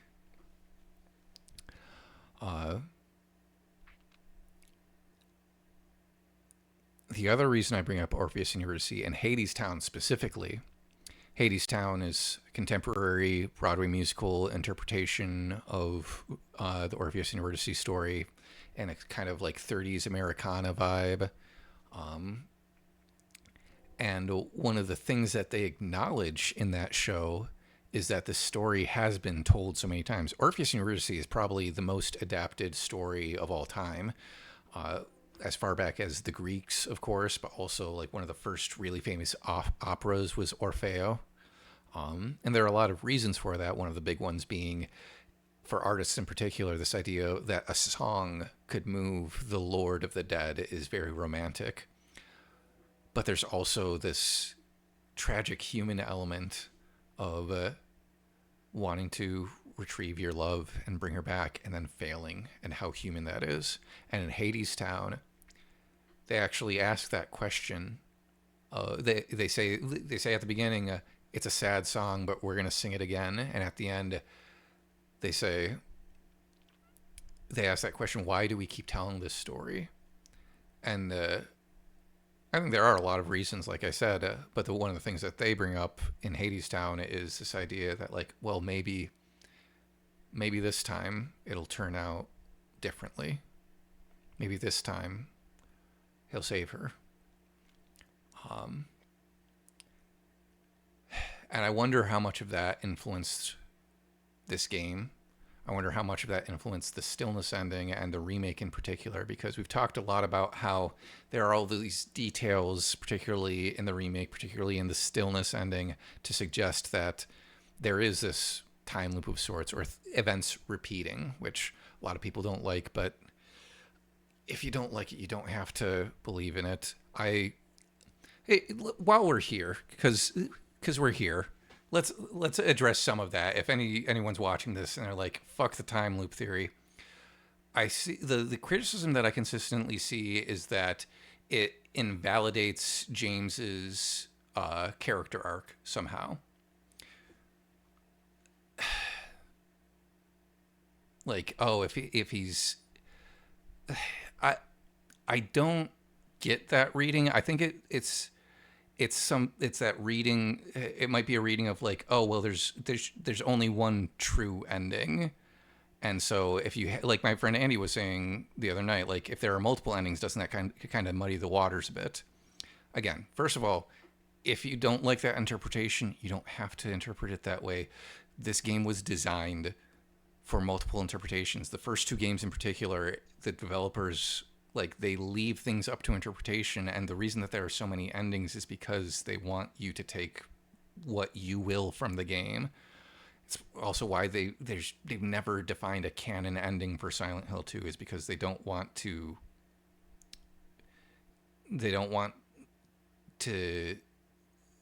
deny those readings of the text. And I think it's also might be a thing of like, oh, well, if he keeps going through this again and again, then it's like he doesn't learn anything on his journey. Which, that is perhaps true, but also not the only way to tell a story. Characters don't necessarily need to learn from their mistakes for it to be a good story. Sometimes it's compelling in the repetition, and this is kind of touching on something that Cleo and I have talked a lot about. Cleo brought up Wuthering Heights and Heathcliff and Kathy, and every time I think about it's been a long time. I haven't read Wuthering Heights, and I know I've watched the movie, but it's been a long time since I've seen it, and I meant to like even just refresh myself on a plot summary, but if you aren't familiar with the story of Wuthering Heights, I'm not going to remember it off the top of my head, but it is a gothic romance, but it's really more of a gothic horror, because it's about these two people that fall in love with each other, and then they're horrible to each other, and they still, it's like almost like a can't live with them, can't live without them situation. If I remember correctly, it's like they clearly love each other, but they make choices based on Victorian mores to not be with each other, and then spend the rest of their lives making their lives a living hell for each other. And then Kathy dies and comes back to haunt Heathcliff. But there is this element of the story where it's like, if Heathcliff like has to experience this to see Kathy again, it's worth it for him. I'm probably totally messing this up, and Cleo's going to have a much better like telling of this interpretation than I do. But to bring it back to the Stillness ending, one of the things that we talked about is like, if the Stillness ending is suggesting that like, yeah, James is going to drive his car into Toluca Lake, but he'll always come back there, like the postcard says. Why would that be? Why would he have to keep doing this? Is it because he needs to keep getting punished? Does he feel he needs to keep getting punished? Maybe. Is it some just sick turn of fate because it's Silent Hill? Perhaps. Or is it perhaps because he can't live without Mary? And if going through the hell that is Silent Hill means he gets to see Mary again, even just briefly, isn't that worth it for him?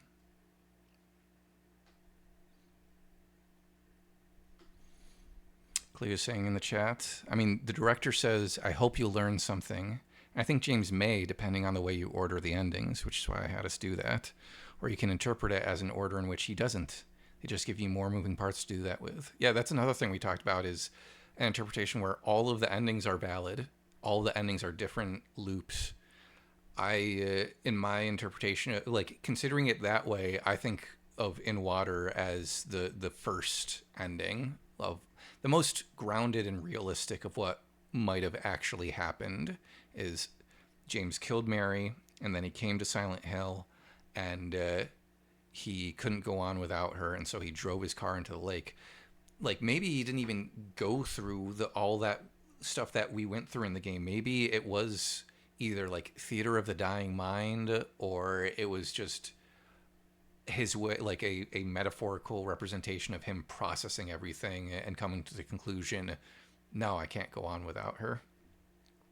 So if we think of that as the beginning of the story, he comes back, and each time each different ending is a representation of different ways he's trying to solve the situation. Like, oh, well, maybe I can just down a bunch of drugs and live with her in the videotape. Or maybe I can go with Maria. Maybe that was the whole point here. Like, Silent Hill provides me with Maria. Maybe I should just go with her. Or the way that I structured them was like, maybe after he dies in water, he comes back and it's the Maria ending, and then that doesn't work. So he tries like the Bliss ending and the Rebirth ending, perhaps. And those are him still trying to deny the truth that Mary's not coming back. And then I think you can structure it either with the Leave ending or a Stillness ending next. I think Leave, there's a potential reading where it's like, okay, then you go with the Leave ending, and if this is Theater of the Dying Mind or Purgatory or something, he finally acknowledges and is able to forgive himself in some way, and so he's able to leave with Laura. And if you're going with the Purgatory idea and that idea that everyone's dead, maybe it's him like leading Laura to some afterlife afterwards. But if you end it with the Stillness ending after that, because there is a weirdness to the Leave ending, like it's so foggy and the music doesn't suggest that it is necessarily a happy ending. We get the Stillness ending, and that to me is James saying like, I'm never going to leave this town. But if it means that I get to be with Mary, even just briefly, maybe that's not the most terrible thing ever. Maybe I'll just keep doing this over and over and over again, just so I can see her again. Just so I can hear her voice. And that is...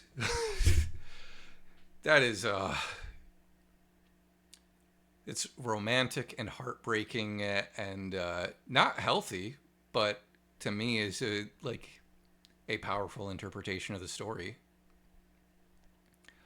I again, a lot of people kind of like to dismiss the more, I don't know, fanciful endings, if you want to call them that,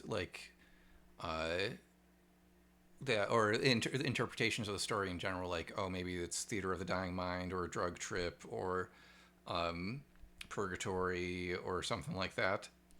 But I always, in response to that, I'm just like, I think people mostly dismiss it because, like, oh, well, Silent Hill 3 and Silent Hill 4, acknowledge that, no, the stuff in the town is real and, evil actually exists there. So, this stuff that James went through, it did actually happen. And it's like, I mean, we're dealing with psychological horror and fantasy type stuff. You could very easily say that, well, no, maybe the old gods are just Tulpa's manifested by the cult. Maybe they don't actually exist, but the psychical presence of Silent Hill gives them manifestation. Or the first game has that Theater of the Dying Mind ending where the bad plus ending, I think it's just the bad ending where Harry wakes up, or Harry doesn't wake up. You finish the final boss battle, he doesn't get Alessa back, he doesn't get Cheryl back, he doesn't, you don't see Lisa get Kaufman, and it just cuts to James dead in his car to suggest that, oh, he died in the car accident at the beginning of the game. If this game is influenced by Jacob's Ladder, Silent Hill 2 in particular, then I think that is a fully valid interpretation of this game. Jacob's Ladder, which, spoilers, is about a whole story that takes place as like theater of the dying mind. I think that was definitely a valid like an interpretation that the developers wanted to be valid when they first made this game. The idea that like maybe this whole trial that James goes through in Silent Hill is just a sort of purgatory for him, like it is for the main character in Jacob's Ladder, and he has to discern what's actually demons, what's actually angels, and find his way to the afterlife, to some sense of like moving on. And Cleo's saying like, I'm the noob who's like, those later games can't tell me what to do because I can't read. I didn't play them, so well, yeah, it's I even with all the stuff I've talked about with the music and my interpretation of the game and the way that I get frustrated with those other interpretations of the game, the thing that I get most frustrated with is not people not agreeing with me on my interpretation. It's people that are so prescriptive with their interpretation. And this isn't just with Silent Hill games, but with like art in general. When people will say like, oh, well, this clearly means this. I've talked about this in previous streams, I think, where it's like, okay, yeah, there are certain readings of certain texts that may be way off base because it's just like a bad faith argument, or they're looking at it through a lens where it doesn't really make sense to look at that work through that lens. But I think really good works of art are open to multiple interpretations. Really good art has that place where, when, if I had ended earlier, we wouldn't have a spam bot. How do I do the band hammer here? The band hammer here. Can I do this from... See, it's just giving me the option to pin or reply, and I don't want to do neither of those things. Okay. Whatever. Can I hit it here? No, I don't want to click to reply. I want to... Apologies for this digression.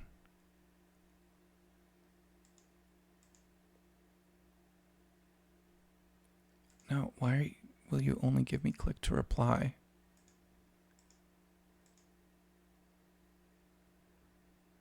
Block. Ban. There we go. Okay. I figured it out. Where were we? Interpreting art.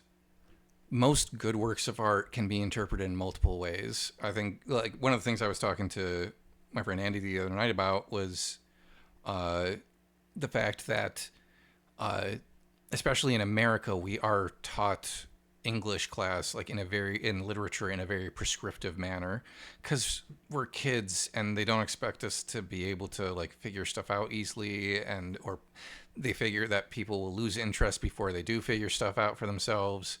And so it's just like, okay, at least this was my education, and I was someone who liked English. Most of my high school education was like, okay, here's what the text means, here's what you need to know for the test, and yeah, that's there you go. Now you'll pass the class. And that is part of the issue, is like so much of teaching in America is, or so much of the philosophy for kids sometimes is, okay, what do I need to learn to pass the class? Just tell me that. I've talked before on stream, I think, about how like it wasn't until I was in college where I had a novel class where we were just reading stuff and the professor asked us like, hey, how do you interpret this? What do you take away from it? That I started thinking like, oh, I'm someone who liked reading it, and I've been reading wrong my entire life because I was never given that room to think about, oh, what am I taking away from this story? What resonates with me? And it's part of why I try to be so specific with the things that hit me, like in the Stillness setting, the specific lines that hit me, or specific moments in the game, like the moment with Laura at the piano, playing Promise Reprise when you arrive at the hotel. These things that like might not be the things that your high school English teacher would tell you, like, hey, this is important. But if it feels important to you, the artist who made that thing probably be like, no, yeah, no, yes. Like, if that resonates with you in that way, and it doesn't, it may not be what I intended to put in there, but part of this is yours now. That art, like that idea of art being the thing, like they have created this thing, and you bring your own baggage to it, and the story or the work of art or whatever is actually like the thing in between those two things. It's a mixture of those things. I'm getting really heady, and I apologize if I'm sounding pretentious, but I'm really trying to sound the opposite. Like, whenever people tell you, like, oh, you don't get this, or oh, like, it's this, not this, or like, why would you interpret it that way? They're being pretentious assholes. If they're not doing it in good faith, if you're looking at a game like this and you interpret it as like, oh, I guess they're saying it's okay to kill everyone, I think that is an example of perhaps a bad faith reading of this game. But if you, in all earnestness, are struggling with trying to figure out the meaning of something, or your meaning doesn't match up with someone else's, that doesn't mean it's invalid necessarily. I had notes that I wanted to help kind of rein in this discussion with.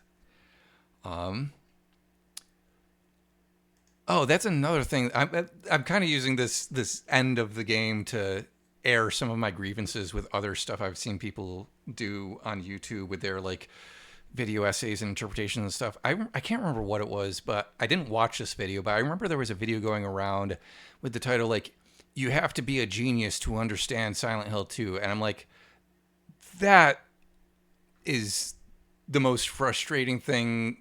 That is the exact thing that I am warning against with everything I'm saying here. I don't think you need to be a genius to get this game. If you play this game and it makes you feel something, congratulations. You got the game. You understood something. You experienced it correctly.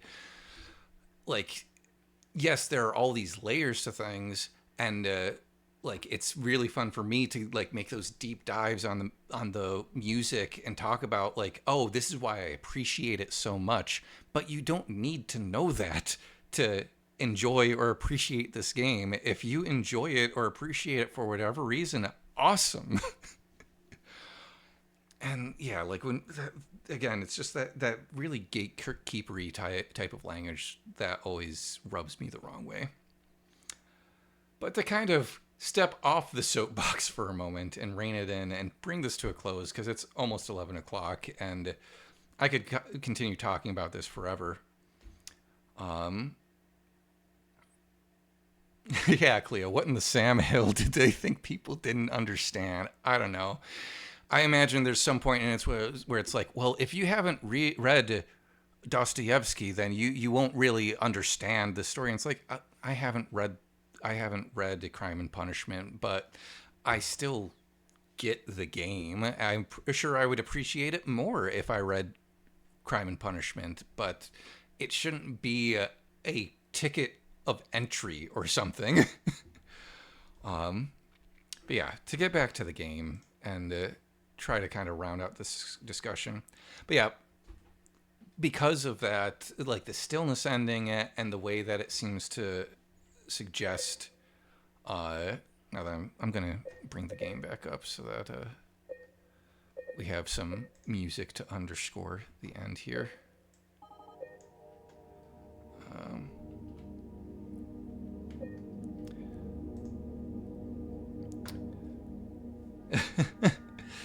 Yeah, Cleo's saying, you don't need to know about the Goyas. Cleo's got you covered there. If you want to learn about the Goyas, go check out her Tumblr, Beneath the Null Moon, dashes between each of the words, because she gets into the Goyas. But yeah, to kind of bring this to a close, the Stillness ending is one of the biggest arguments I think that can be made for the Silent Hill 2 remake as a sequel and not just a remake, because the photos, the postcard, the different messages that suggest like, oh, something's lingering here, that to me is them trying to say like, hey, we are not trying to replace the original game because we know that is sacred to so many people. We, like, if you don't want to think of this as a new version of that game, think of it as a sequel, where you have this ending where it's like, oh, James keeps coming back and repeating these events, not necessarily just because he feels he needs to be punished, but because there is something for him in it, that moment to get to see Mary, to get to say he's sorry. And that can be beautiful or tragic or both or whatever you feel when you hear those with that interpretation. Yeah, it disappoints me when people just dismiss the idea, like so many interpretations that to me feel like it deepens that resonance of the story. But again, this game is what you take from it. For me, there are so many things I take from it. Like I think that central question of like, what does it mean to be a killer? When is it okay to kill? I think they handle that so deftly and so interestingly, and they let it be complicated. And again, the fact that they leave it up to the player to answer that question for themselves is really important to me. What else? On the like, so this is, I don't mean this is a little bit glib, but also kind of not. I realized as I was thinking about like, okay, what does this story mean to me? And when it comes to that idea of like James being a killer, and what does that mean? And Cleo and I have talked about, and I'm pretty sure I've talked about on stream, about how I think the game really asks you to challenge yourself and to think about like, is James just like a horrible person that you can write off? Or is he someone that any of us could be? Any of us, when driven to our worst places, could we do something like what he did? I think that's a very powerful thing for any story to do, but particularly a horror game. Kind of facing the horror of that reality that maybe anyone could do something as horrible as this. But also, what goes into that? Is it more complex than just, oh, he did a horrible thing and he should be punished for it? The kind of glib thing I was talking about before that I have written down here is, as I was thinking about this idea of like, oh yeah, like we've got, like Cleo's talked before about how it's almost as if like James is driven to his lowest point, and then when he experiences that amnesia in the bathroom, he is reset to like the best version of himself.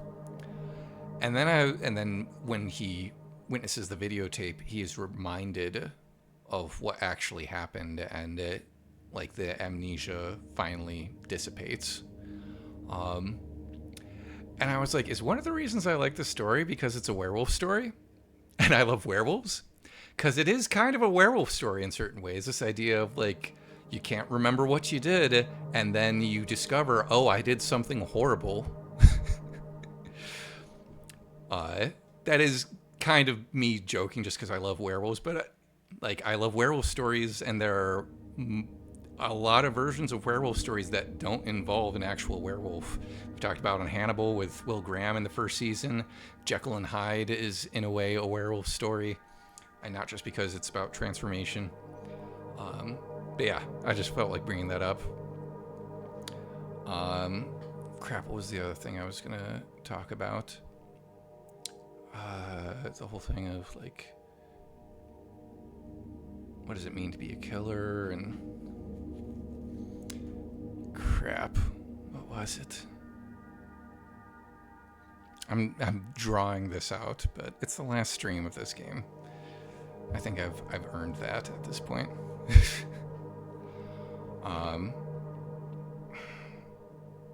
There was something that I had, and I think it might be gone now. Oh, that's what it was. Something that I forgot to bring up with the whole idea of like the time loop theory that I brought this up in an email to Cleo that I really liked the idea. Like, okay, if In Water is the initial ending and Stillness might be like the repetition ending. Repetition, that was another reason why I thought of the whole like time loop thing with Angela's scene, theme of Laura, repetition.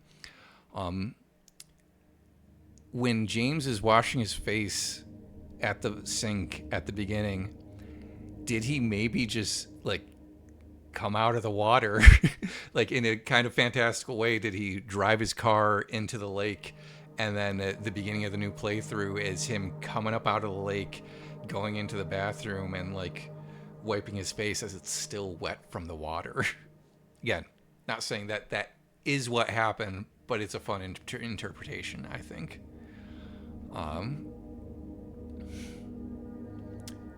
Yeah. Again, there's a ton of stuff that we could discuss about this game, and stuff that I'm probably going to be like, oh, I should have talked about that. But a few things. One, Cleo and I are planning on recording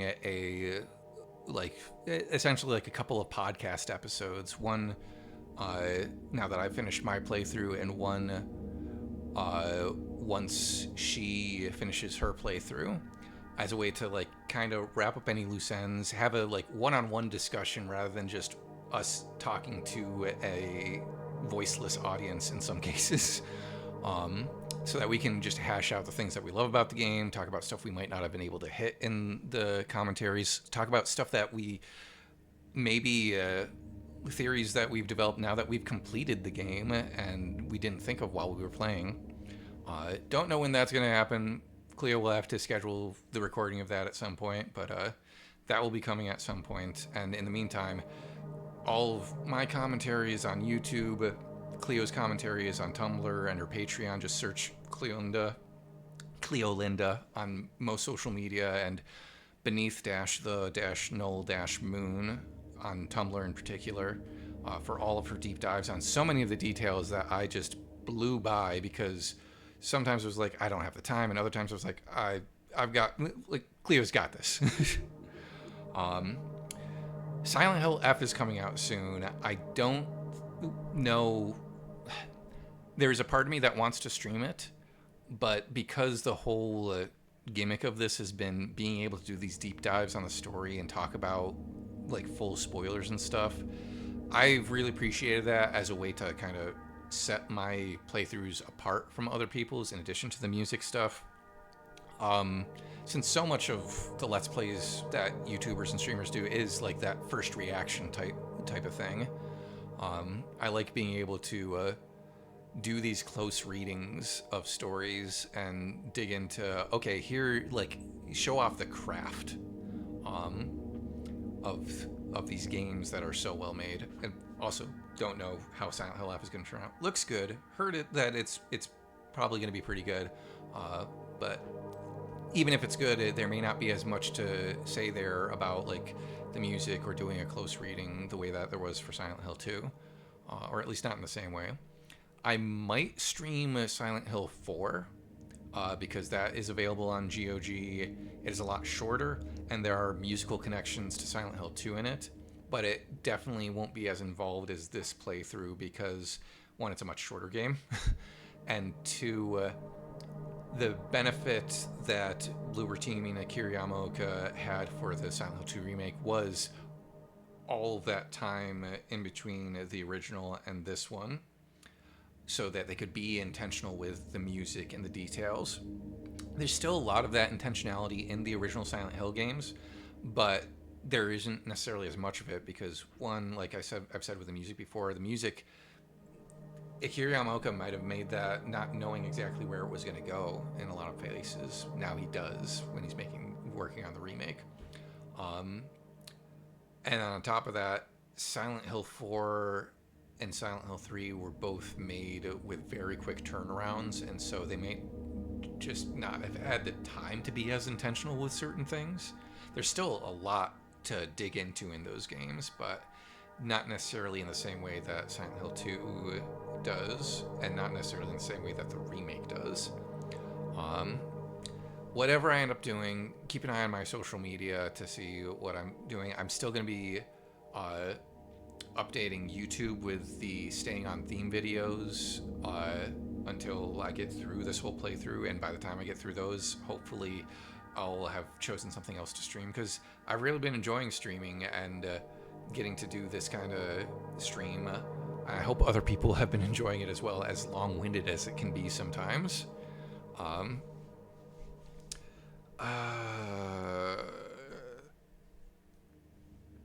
But yeah, I haven't been good about updating my website lately, but maybe something will happen with that.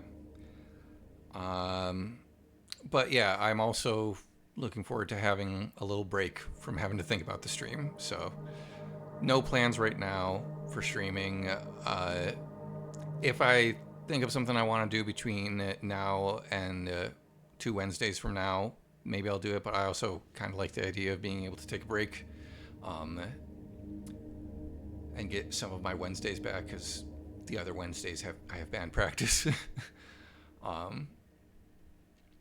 But they're shorter games. I've also thought about doing like quick playthroughs of. I've also thought about trying to do like a stream of the original Silent Hill 1, which is a short game, and could potentially do in like a Saturday afternoon in like 5 or 6 hours. But I gotta figure out the tech side of that, and when I would want to do that. But yeah, if you have watched all of this, first of all, holy crap, thank you so much. You are the same sort of damaged as me, I suppose. No, it's, I imagine you've thrown some of this on like while doing the dishes or something, like the way I do with commentaries that are as long as this. Thank you so much for watching and listening and supporting. Please follow me on my social media. If you've enjoyed any of this, please consider dropping something in my Ko-Fi, ko-fi.com/idoherty451, like a little tip jar type thing, but again, there's no obligation there. If you like all I've had to say about this music, I have music out there. Just search Ian Doherty on Spotify, and you'll find some of my stuff up there, and on Bandcamp. There's also my band Ramshki Alley, Ramshki Alley, like an alleyway alley. And that can be found on Bandcamp and Spotify. And my current band, Mosaic Mind, we are we are in the process of getting our album mixed. We recorded an album almost a year ago now, but because of the studio shutting down and negotiations with the mixer, it's taken a long time to actually get to the point where it is getting done. But we've got our mixer, and we will hopefully be getting that done soon and releasing it maybe before the end of the year, but more likely early next year.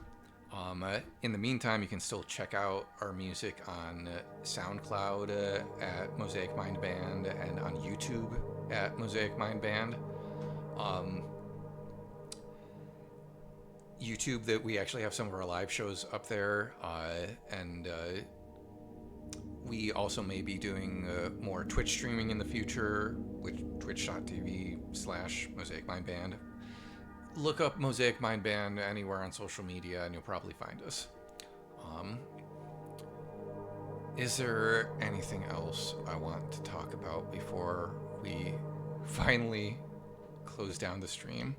I really enjoyed doing this. I've really enjoyed digging deep into the music and the story here, and being able to show those connections between music and storytelling. It's something I'm very passionate about, as you have probably noticed if you watched any smidgen of these playthroughs or the staying on theme videos.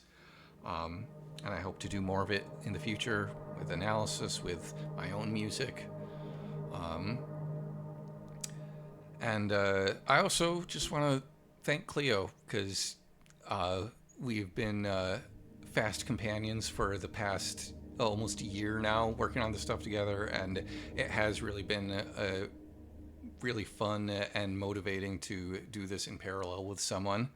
So thank you, Cleo, for all of the endless email chains that I'm sure will continue even after this playthrough is done, for like bouncing ideas off of, for even just like, hey, does this thumbnail look good? Appreciate you, and I'm looking forward to actually being able to talk in real time with you whenever we end up recording that podcast. I also want to thank my friend Andy Sudol for hopping on for that sound engineering discussion that we had halfway through the playthrough. If you haven't watched that, it's on the YouTube. My friend Vic Frederick for coming on to talk about the storytelling. Again, kudos, like, just all the love and appreciation and admiration for Akira Yamaoka, Arkadiusz Rakowski, and the rest of the team at Bloober Team for the music design, the sound design, and like all of the other people on the team, like the directing, the voice acting. Like, they did such a beautiful job with this game. That means a lot to so many people, and I couldn't be happier with how it turned out. And again, finally, thank you to my friends who have supported me through this. This was a big undertaking for me. Friends and family and stuff. And thank you to all of you who have watched and responded and commented. And I hope to see you out there on YouTube, on Tumblr, on all the social media and stuff. And yeah, thank you all so much.